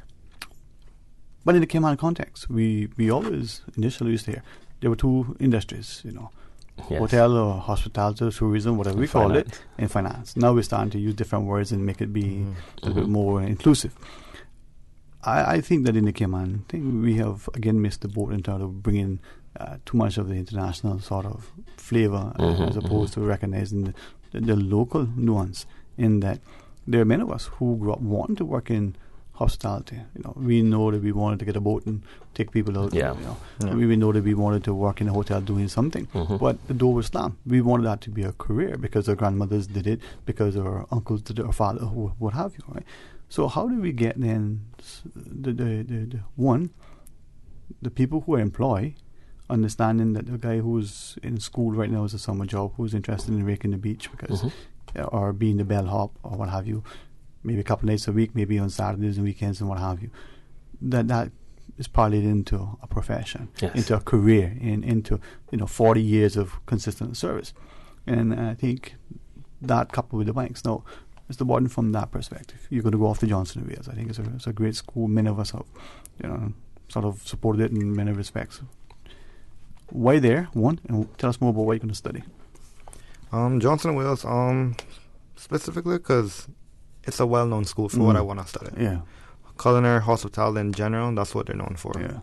Also, they have 4 different campuses around, so I always thought having the option to move to a different campus would be nice, Yeah. But I'm going to be studying tourism and hospitality management. So I did hospitality management over here. So I just want to get a little bit more into the tourism aspect of it, get a little bit more full overview of it. I don't want to be limited to where I can go with it. So I'd rather have general knowledge of the whole industry than to just be micro on one sector. And get that thing that we talk about, that piece of paper that you can have on your wall, but it can be transferable. May I ask which one of the campuses you're going to be at? I'm going to be in Miami, North Miami. Yes, sir. Condolences, man. Sorry. Condolences. That's my city, man. I know. That's home. Yeah, I know. I give him I like the comfort of being able to come home one flight away, All jokes aside, but I came on every flight. How many of us pick schools are we? How many of connecting flights? Yeah. One? Okay. Yeah. It's so different.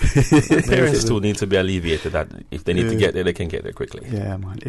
And that's the challenge, I think, where as a community we start to appreciate the importance of not only encouraging our children to go overseas to study, or when they've qualified to be able to be seconded and work for a year or two elsewhere, whether it's in the financial sector, whether it's hospitality, or whether they're working in a hospital, they're a nurse or a physician, a lab tech, whatever they are, that they get, chance to be transferred somewhere else to see something else. Absolutely. And hopefully, you'll get that opportunity as well. If you do, take it up, man. Even if you're going for a couple of years, we'll miss you here, but that skill set that you develop, the experience that you acquire, can only put you in a better position, but make us a better product because you have a different perspective.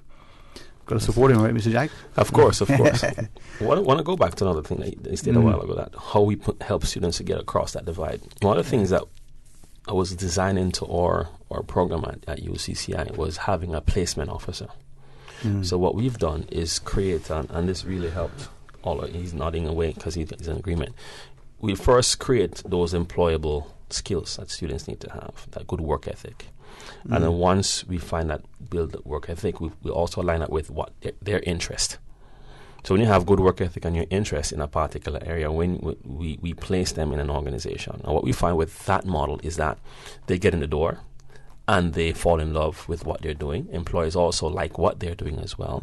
And even if there are imperfections, we bring them back in, retrain, re-equip, and they go back out again. So the placement process is extremely essential. So we know where to touch all of our students wherever they're at. We know how they're progressing as well. We know what areas they need to grow in, and we can design developmental opportunities for them as well, for them to continue and succeed. And the concerns that, globally speaking, whether it's through the school hospital service, through DOT, through the private sector, the employers, the hotels, the restaurants, that we pay a lot of lip service to things, or are we on track now? This is a difficult question for you, given the position. I think it's general for many things. A lot of times people will propagate things that quite doesn't as beautiful as it ought to be. Right. And and even in our industry, one of the honest discussion I have with our students on the first is that, look, if you don't think that you can stand for a prolonged period of time, like 6 hours, and be able to move quickly and be able to be sharp, right, at the same time being pleasant all the time, this might not be an area for you to be front line. Right. You can be more back of the house. You know, for example, but even if you are back of the house, if you're going to repair someone's air conditioning in a hotel room and the guest is there, you should be able to go in and be very cordial and be able to also communicate to the guests all the things they can do while they're here on vacation. Don't just stay in the hotel room. Be the ambassador. So it's creating a very rounded individual. So you know about your destination. You also know about your guest. You know about being able to recall important things, being able to be intimate with the guest, call them by name, right? And but be respectful. Yeah, at the same time, know what those guests might be, and not only that comes from a particular brand, because what the Westin might want to establish is different from what the Marriott might want to do, or Comfort Suites, and so the students get to see all of that and say, you know what, I don't think I want to be at Comfort Suites. That's not my thing. I want to be at the Ritz-Carlton. Or they say, you know what, the Ritz is a little bit too much for me. I need to be chill. I need to be able to have my tattoos and do my thing. So we give them a concept for that. The good thing is that we have different flavors of ice cream for everybody who wants to taste ice cream. Sure. When's your chocolate? Right? So person like vanilla. Okay, you go to the Ritz-Carlton. You know, if you like cherry, you go to the Westin. So each product, they get to see all those products. And some persons might say, you know what, I like restaurants, but not in a hotel. Give me something that's outside of a hotel. So we're fine-tuning every year. We're getting to the point now where we can look at a student and say, you know what, I think you'd be a good fit for this. Try it. And they come back and say, you're right. And it's because over time we've been able to use, it's called algorithms then, to really be able to assume and to predict these outcomes more accurately than we did when we started. Right. From that perspective, then, the science versus the psychology, as it were, reading people. You're part of the wait staff, so you go to the table. There's a group, maybe it's 4, maybe it's 14, and you got to remember which order, who taken, and you got to interact in a way that encourages upsale at times, but also an enjoyment, because the meal is just as much. Well, I would say probably more important than what a chef prepared is how it's being presented by the server, right? So, as you do that, as you talk to people, and you bring, you were skillful on the football field, the plan B may not have worked, but you still have the athletic prowess. But you bring that charm, that charisma, that enthusiasm, that energy, with your game all the time, right? Something you develop, something you have that's innate, or what's your perspective? I always say I get my swagger from my dad and my charm from my mom. I believe it's it's just how I was raised. I was raised to listen to people. I was not the one that gonna speak before I hear them out. So I think how I interact with my guests, I really kind of feel them out first, and I see what kind of experience they want, and it makes it a better experience for us both, because then I give them a service that they're looking for, and in return, I get something in return, and how I feel about the service, or if it's monetary as well. So, can I ask then? I'm trying to think how the word is, because some of the words are. Scripture says, "Life and death is in the tongue." Too many of us believe that if we do something for somebody, it makes us less than. If I can do something for you, I think, boy, I'm just glad that I can do this for you, whatever that thing is. We create hospitality. And being, let's say you're wait staff, or you doing something that makes you less than, like you're subservient. I think it makes you much more grounded, much more humility. How do we address that? That some seem not to have that connection. Well, I can see how it can affect some people. Actually, even when I started out working in the restaurants and I was serving people that I knew, it kind of threw me off at first. I was like, you kind of almost like compare yourself. Okay. But I think something important about that is you gotta assess yourself and realize just what you're doing, someone else has to do, but in a different way. We're all serving in whatever field we're doing. We're serving somebody, whether it's our supervisor or a customer directly. We all serving. So it's something that you have to come to realization with yourself And once you do that, you go in with confidence. Once you know your job, you go in with confidence, and you bloom. So be grounded, have humility. Right? Exactly. And if I may, certainly guide me. I'm thinking, Wayne, from the perspective that if you're in a corporate environment and you, let's say a bank, that's probably the easiest example. The bank always has the frontline staff, the tellers, the loans officers, the people who the customers will come to do stuff. And then there are the people in the back office, literally, who are processing the entries, who are doing the other things that you as a customer probably will never see, very, very rarely. But those people in the back have customers, internal customers. Yes. Because if they don't do their job on a timely basis in a competent manner, the work can't be done. So then from that perspective, if you will see yourself as a servant leader, as a server, you can be even more empowered, right? Because my job is being done because another guy is doing something that helps me to look good. Get everybody in the same team, right? The restaurant, for example, when you put the food on the table in front of the guests, the chef has plated it nicely, cooked it with love, and wet the plate so it's clean, and you bring it out with a smile, not sweating, not rushed. Yes, I mean, that whole meal is excellent, right? Precisely. So we're all part of the chain, not subservient, but of service. Of service. Yeah, man. Well, I see why he's the star. Right? Is that a serious? That's quite a few stars. Quite a few stars. The confidence in him, Yeah, man. Yeah. But it's important, and being that's what I was sharing earlier, that in the Cayman context, it's probably very similar in the other Caribbean countries because tourism is so important. We can change the narrative that we start to see those who enter. Yeah, they may have an interest in finance. They may become the general manager of the hotel, or they may end up being the senior partner in an accounting firm or the CFO for a law firm, what have you. But hospitality may capture them earlier. Yeah. How do we get that now? So, Susan is telling me we got a break. Can you? He's smart. He can remember what he can say. Yes. All right. Final thoughts. Wayne Jackson will share with us. Stay tuned for Talk Today. Parents, do you know what time it is? It's the most wonderful time of the year. But it's not Christmas time. But school is nearly back in session. Is your child ready for the school year? Stop by Savannah Pharmacy in Countryside Shopping Village and pick up all of your child's stationery supplies. With 30% off selected items, you won't need to break the bank to get your little one prepared for the school year. You have enough to worry about. Make back to school a breeze with Savannah Pharmacy, located in Countryside Shopping Village, or call 946-3336. There are plenty of reasons to be a Logic customer. There's lightning-fast internet connectivity. There's the great overall customer experience. And now, you can improve your Wi-Fi connectivity with Logic Boost Wi-Fi for free. With Boost, you can extend your freedom to stream, game, and download seamlessly anywhere in your home, like your patio or your underground lair if you have one. Sign up now for any Logic Bundle package and get free Boost Wi-Fi for a limited time. Visit logic.ky for details.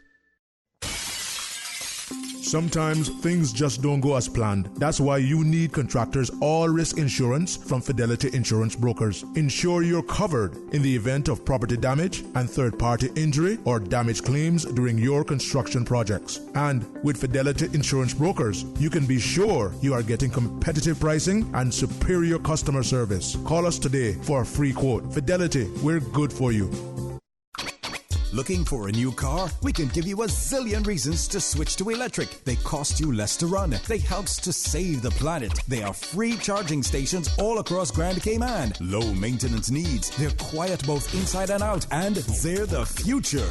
But most of all, the government has reduced custom duties on electric cars. For cars valued below $30,000, you now don't have to pay anything. Visit the Ministry of Commerce, Planning and Infrastructure Facebook page for more information on electric cars. Radio Cayman's Super Jam Show, the #1 drive time entertainment show on your radio, featuring Will Sinatra. Enjoy a mix of pop, hip-hop, dancehall, and soca, and an entertainment trivia section. Another proud sponsor of the Super Jam Show. Merengue Town. Time to feel the rhythm. Time to feel the vibes. It's time for Merengue Town. Talk today. But I do have some questions. Talk today. Cayman Islands' foremost listeners participation program. Talk today. Because there are more questions than answers. What the public is saying. Waiting to take your calls right now. Sterling Dwayne Ebanks.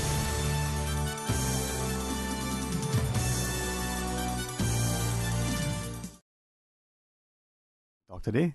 I know, a little change in Susan. You imagine you change the seat, change the perspective, you change the mic, but you don't change what works, and that is sincere, genuine, contrite heart.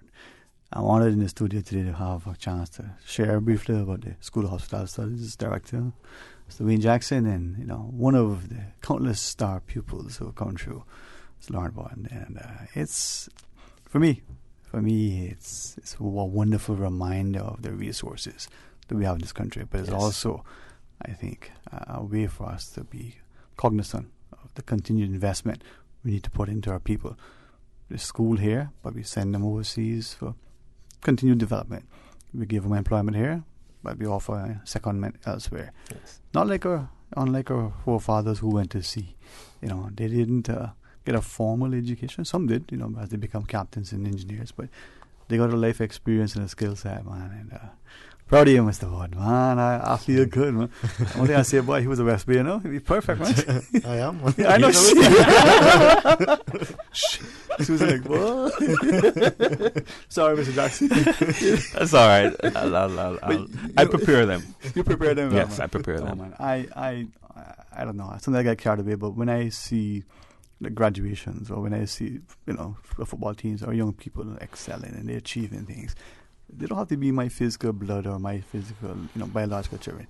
These are my children in my society, man. You hold your head high. Yeah, we have a responsibility. Yeah, man. You feel good, man.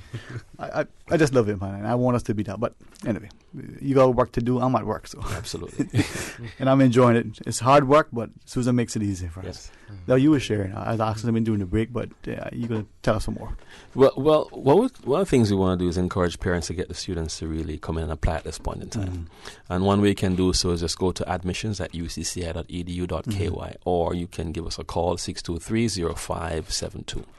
But we really want to highlight the fact that this time, the support from DOT allows persons to really overcome those barriers with how we've designed the program and how we've structured their exposure. Once they go through the correct steps and meet the requirements, they will succeed. And even those who don't hit them right away, we give them a chance to come back and get that done. We have students who've done that as well. And one of the key things that I always say about our program is students who come in and you can see them morph like a caterpillar turn into a butterfly. And that's a marvelous thing to observe every single year. And I think now I go to the airport, I see students. I'm on a flight, I see students. We can say that we have been a part of that journey for this person to get from this destination to the next, and also we're still holding their hands from the next step. And I think how the DOT support is quite significant in that they've allowed us to build an entry level that allow persons to get access who would never have gotten access. They've also supported the students who moved on to the associate degree program by giving them scholarships as well, and also supporting them when they go overseas as well for the scholarship opportunities through their MOT scholarship program. And I think the vision that they've had with our advisory council supporting, and the key thing with our advisory council is that these are industry persons who contribute to the curriculum and say, look, once students come with this qualification, they will now take them in as employees. And that overcame some of the barriers that existed previously, from my understanding. And I think with our efforts, with their partnership, we can continue to see that continued exposure and opening and the diminishing of those barriers that existed previously. We have some stellar employers currently like Grand Ole House, who've always been year upon year been stalwarts in supporting our students and our program. Marriott Hotel, we have the Westin. For the last 2 years, they've ended up being our top employers in the market, and several other players as well. And I think with all those linkages and partnerships, we've been able to now knock on the doors louder, and persons are listening to what we have to say. I had one hotel that decided, let me take one intern. And I end up calling and say, do you have any more? We need one more like so and so. And those calls are coming now. And I think with the vision that DOT has and the Ministry of District Administration and Tourism, I think that support is integral in us now overcoming some of those barriers.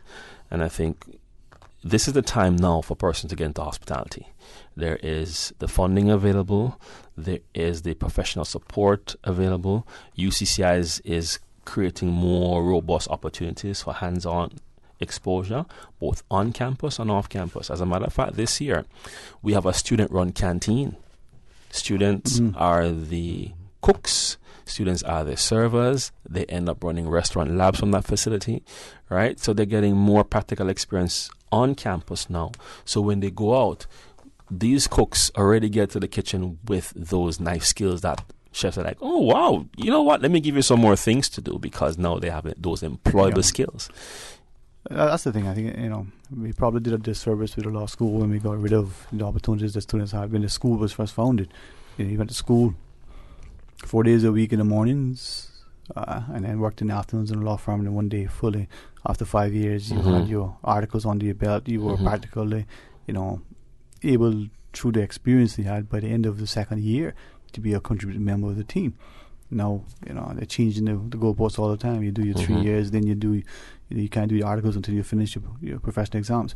We need to make sure that we're putting our people front and center. Mr. Warden, it's an honor, man, to formally welcome you to the studio. Go, not only be successful, but enjoy every step of the way, man. Continue to make yourself and the family proud, man. And if you don't mind me saying, hopefully the country will continue to pray for and with you, man, with our students, as they excel. Any thoughts at all that you wish to leave as you listen? Hi, Mom. Hi, Mom. Smart boy. Beyond that, just any students or any people that are interested, give it a chance. Don't give into all the stereotypes about it. Go see for yourself, apply yourself, and there are sure rewards out there. Somebody shared a message from Serlin, the former piano Bahamas. Says service is not servitude. Yes. So so true. Humility. Mr. Jackson, I know you'll be back in the studio from time to time. I look forward. Thanks very much. Quickly, UCCI is the information school hubs. What's the website again? Please come to apply to admissions at ucci.edu.ky or give us a call 623-0527. All right. Or you can also email shs@ucci.edu.ky. Why? Or just come on down to the campus. Admissions open all the way up until the 28th of September. So come on down. Come before that, please, so that we can get you squared away and get everything in place for those persons or students that you think that you should be doing hospitality. Perfect. Well, let's pause and take a break. When we come back, open line for the remainder of the show, Miss Susan. Chocolate to share? We'll see. Stay tuned. We'll talk today. Radio K-Man. Radio K-Man's newsroom. These are the biggest stories right now. Caribbean Airlines announces the start of service between Kingston, Jamaica and Grand Cayman beginning on October 29th. The flights will operate twice weekly to Grand Cayman from Norman Manley International Airport in Kingston each Tuesday and Saturday. In international headlines, German Chancellor Angela Merkel raised the possibility that a negotiated departure from Britain from the European Union might still be possible, even as the clock is ticking on a deal that would satisfy both sides. Speaking today alongside UK Prime Minister Boris Johnson ahead of bilateral talks in Berlin, Merkel indicated that a solution for the contentious Irish border issue might yet be found before the Brexit date of October 31st. Her comments mark a departure from the pessimism that's been prevailing on both sides of the English Channel in recent months. The EU has ruled out renegotiating the Brexit agreement hammered out with Britain last year. Johnson, for his part, says he will take Britain out of the bloc at the end of October without a deal, unless the EU scraps the contentious backstop clause designed to prevent customs checkpoints along the Irish border. Russian President Vladimir Putin says the test of a new U.S. missile banned under a now-defunct arms treaty is raising new threats to Russia and will warrant a response. The Pentagon said it tested a modified ground-launched version of a Navy Tomahawk cruise missile, which accurately struck its target more than 310 miles away. Sunday's test came after the U.S. and Russia withdrew from the 1987 Intermediate Nuclear Forces Treaty that banned such weapons. Speaking after talks today with Finland's president, Putin argued that the quick test indicated the U.S. had begun work on the missile long before declaring its intention to withdraw from the pact. Those are your headlines. From Radio Cayman's newsroom, I'm April Cummings. Radio Cayman, the voice of the Cayman Islands. What's happening in your community? News and information, music and more. You can find us. www.radiokman.gov.ky. Like us on Facebook and follow us on Twitter. Radio K-Man is your choice, your voice for today's biggest news. Radio K-Man.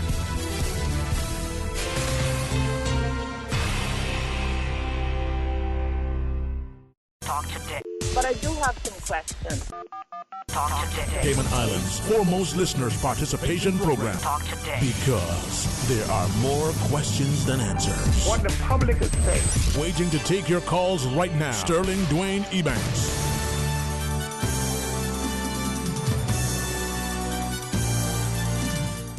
Hey, good afternoon and welcome back. Thank you so much for joining us. I trust and pray that even though it's Wednesday and it's a wet one outside, at least it was earlier. Man, the rain has been ongoing for a while, but it's nice though.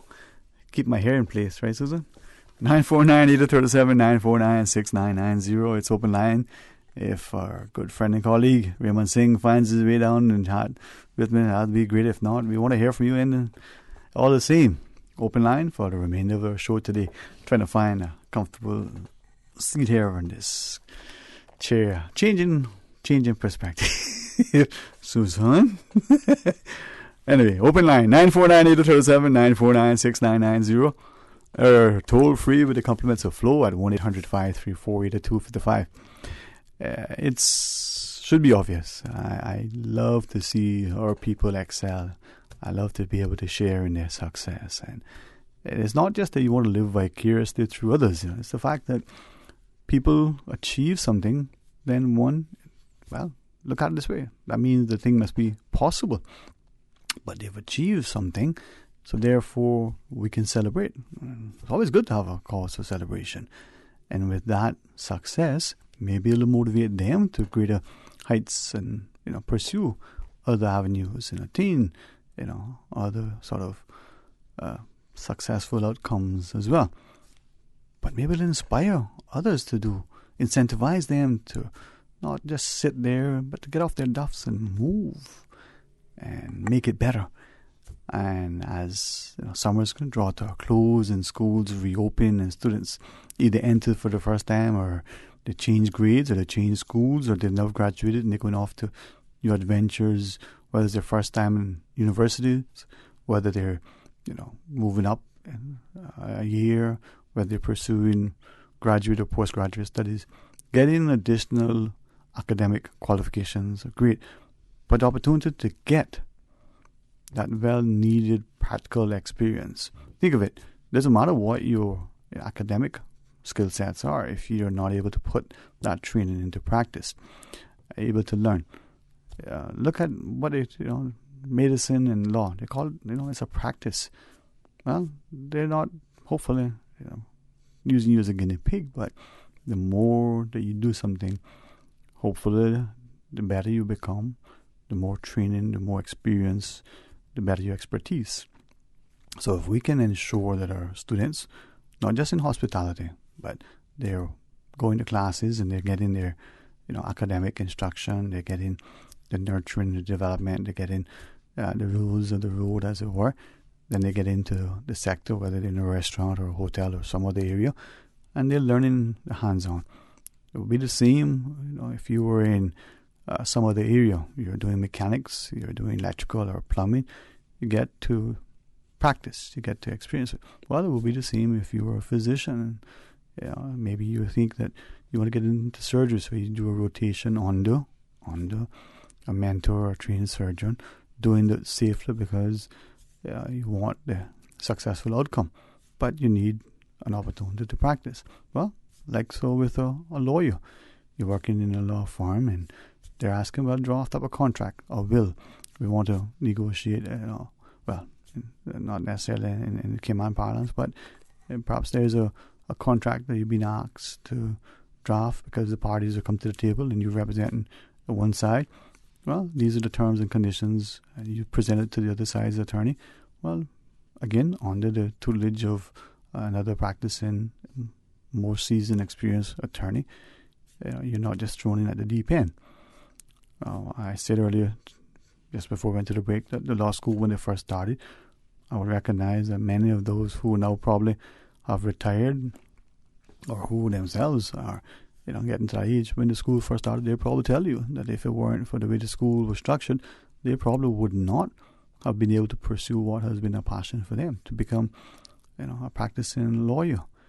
Not only that, there was a chance to gain some employment, but the school was here, just like the UCCI and the other institutions on Ireland, but they were equally able to go.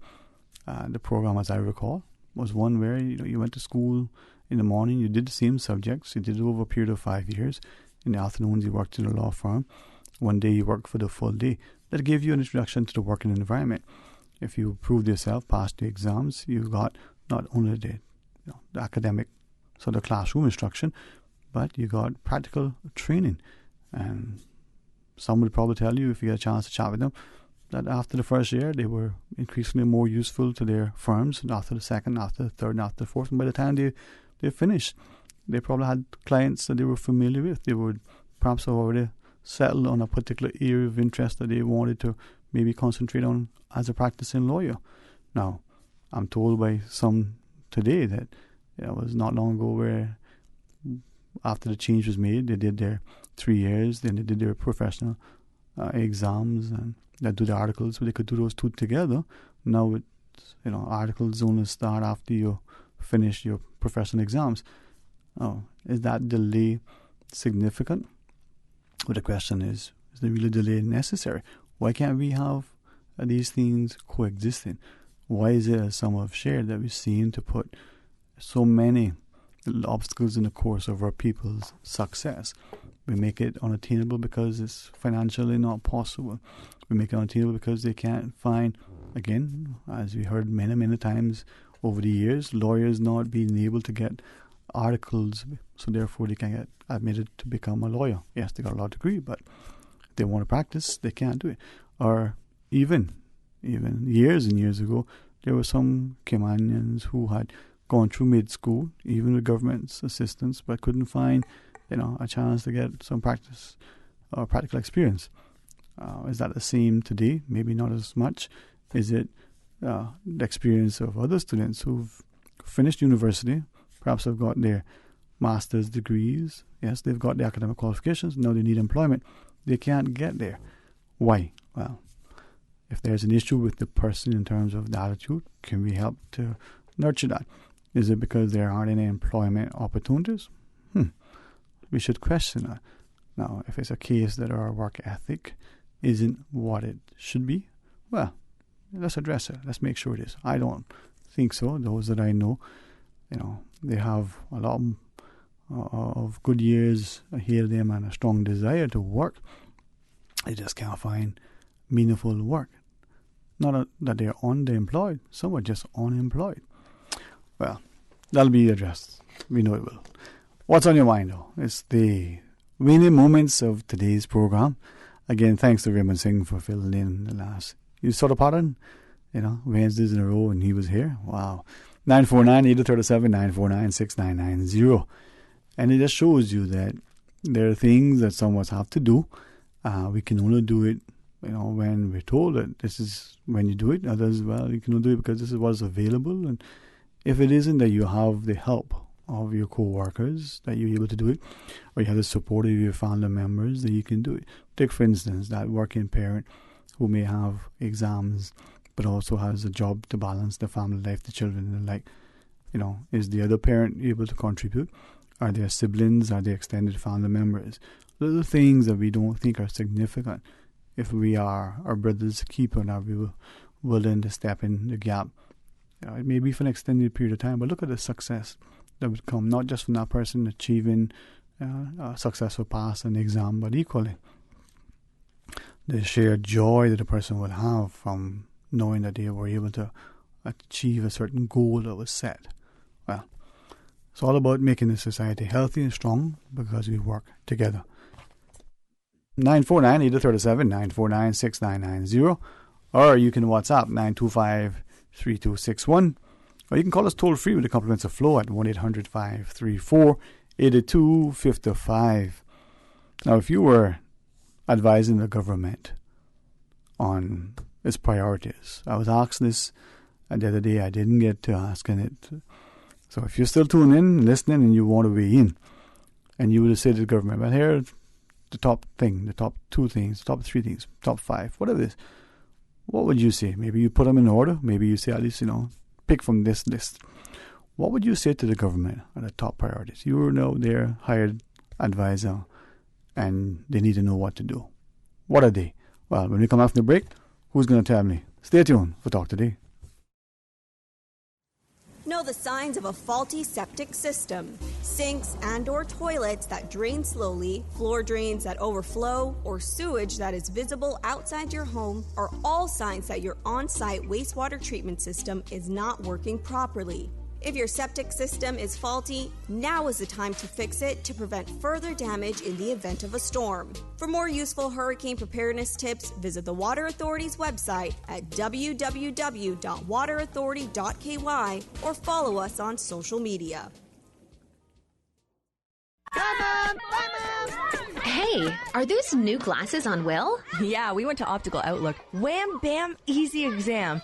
Finally, an exam he could pass. And we have the glasses the next day. Easiest part of our back-to-school shopping for sure. Book your child's eye exam today at Optical Outlook. Call 746-2020. Get half off a complete pair of glasses with any student's eye exam now until August 31st. Come see the difference with Optical Outlook, located in Caymanian Village. Terms and conditions apply. Always separate debris from household garbage after a hurricane hits. Debris includes roofing materials, downed tree branches, and metals. All items of debris must be placed in separate piles to the front of the property or at a side that is easily accessible to collection trucks. Debris must be placed in a location that will not cause obstruction to roadways or come in contact with electrical lines. For more post-hurricane waste management tips, visit the DEH website at www.deh.gov.ky.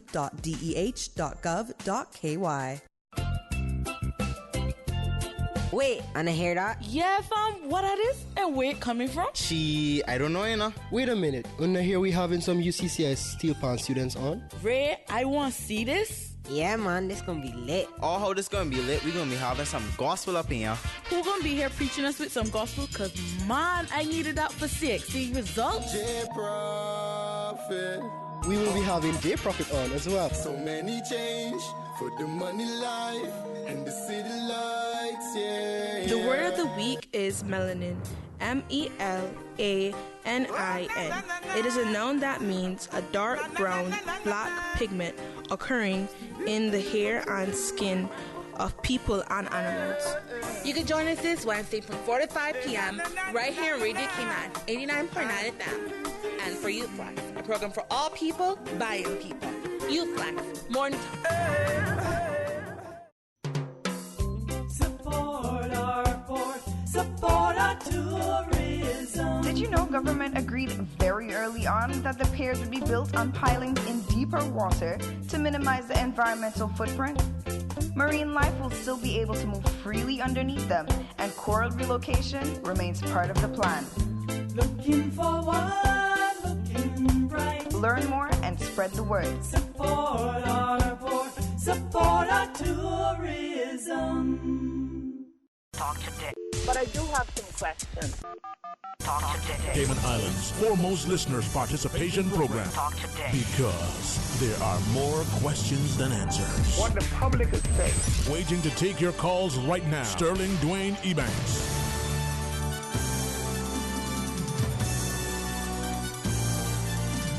Hey, good afternoon and welcome back to Talk Today, 949-8037 or 949-6990.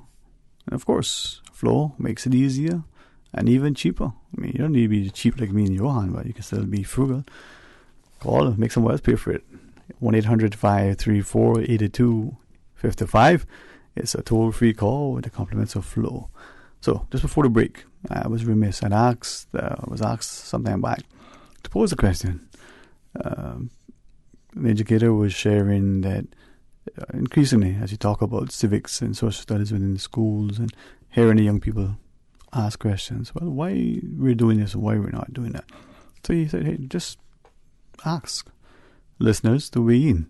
If you were hired as a consulting firm or you were just the individual consultant and the government would say, what should be your priorities?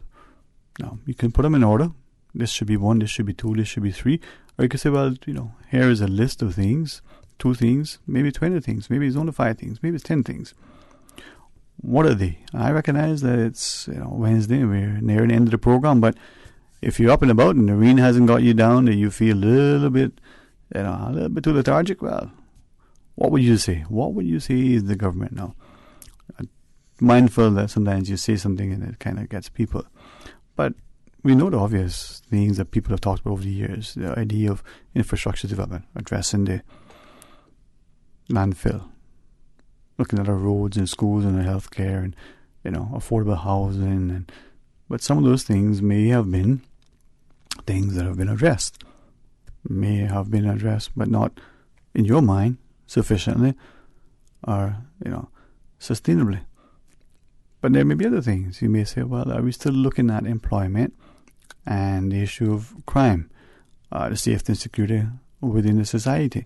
You may say, well, how are we looking after our elderly, to those in our societies who have other, needs that are not there, perhaps educational needs, perhaps accessibility because of perhaps physical disabilities and the like.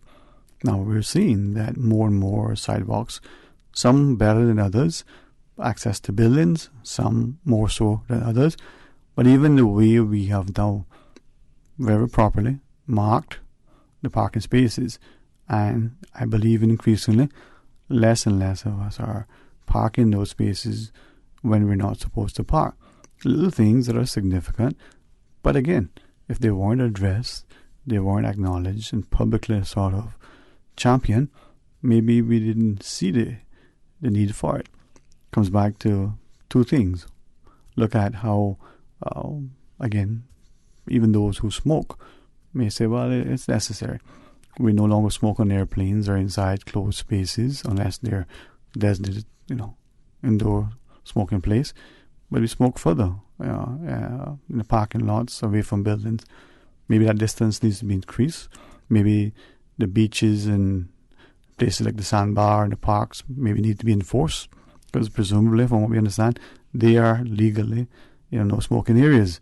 Now, beyond that, the idea that when we look at how we approach drinking and driving, some of us will not get behind the wheel of a car, even if we had just one drink. We had a meal and hours have passed, but the fact that we had some sort of libation, alcoholic libation, we don't even get in the wheel of the car. Others have shared, well, it's okay, you've had that drink 3-4 hours ago. But the society's view is that, what's the ethos? Are we a place where we don't, condone any form of driving under the influence, whether it's the fear that the medication that's been prescribed could potentially impact us in a negative way, or that we are, just left work and we stop to have just one. Well, let's go to our phones. Hey, good afternoon. You're on Talk Today.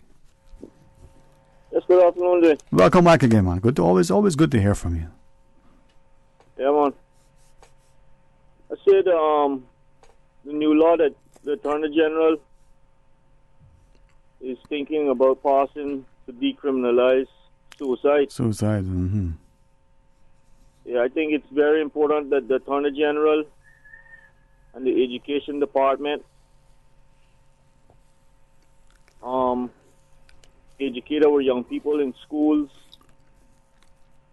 and to let them know exactly what type of suicide this is, because we don't want our young people now who may be depressed or who may be being bullied to think that it's okay to kill themselves just because this is no longer illegal, but to let them know what type of suicide this is and why it's legal, because some of our young people might hear people talking about it, such as, well, it's legal to commit suicide in Cayman now. So I think it's very important that the Attorney General and the Education Department educate our young people in the schools and let them know exactly what type of suicide this is. I think it's very important for them to do that, because our young people might not understand it as we do as adults. No, and that's I really appreciate you taking that perspective. Now, do you think that as a society, when we look at the notion of suicide and the pressures that maybe, as you shared, our young people in particular face, how do you think what kind of job are we doing trying to help them to address their concerns so that they don't, embark on that path?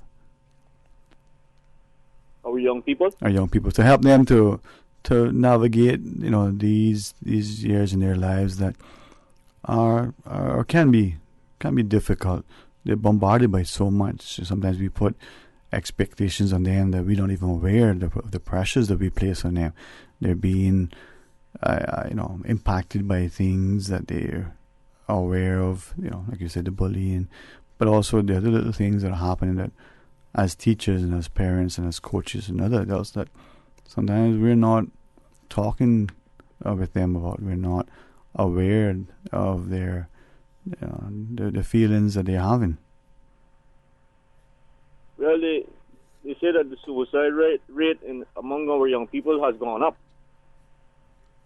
and I think one way of helping to stop that is maybe having counselors in our schools that our young people are able to go to in school, because maybe they're not comfortable talking to anyone at home about what they're going through, or anyone else. It may be they may feel comfortable and safe talking to a counselor at their school that they're acquainted with, and that they feel safe talking about whatever it is that might be bothering them. And maybe too, sometimes we don't realize that thing that we think is just a simple thing, how dejected the young person may feel, how despondent they may become, and how clinically, from that perspective, depressed that they are, but they're masking it. Do you think then that our society is conscious of all of these pressures? That's the word I'd use, if probably a better word out there, that our young people are facing. Do we see their mental health to be as important as it is? Well, they say the reason why it's so hard to stop people from committing suicide, they say that it's because people are ashamed to let people know that they're thinking about it. And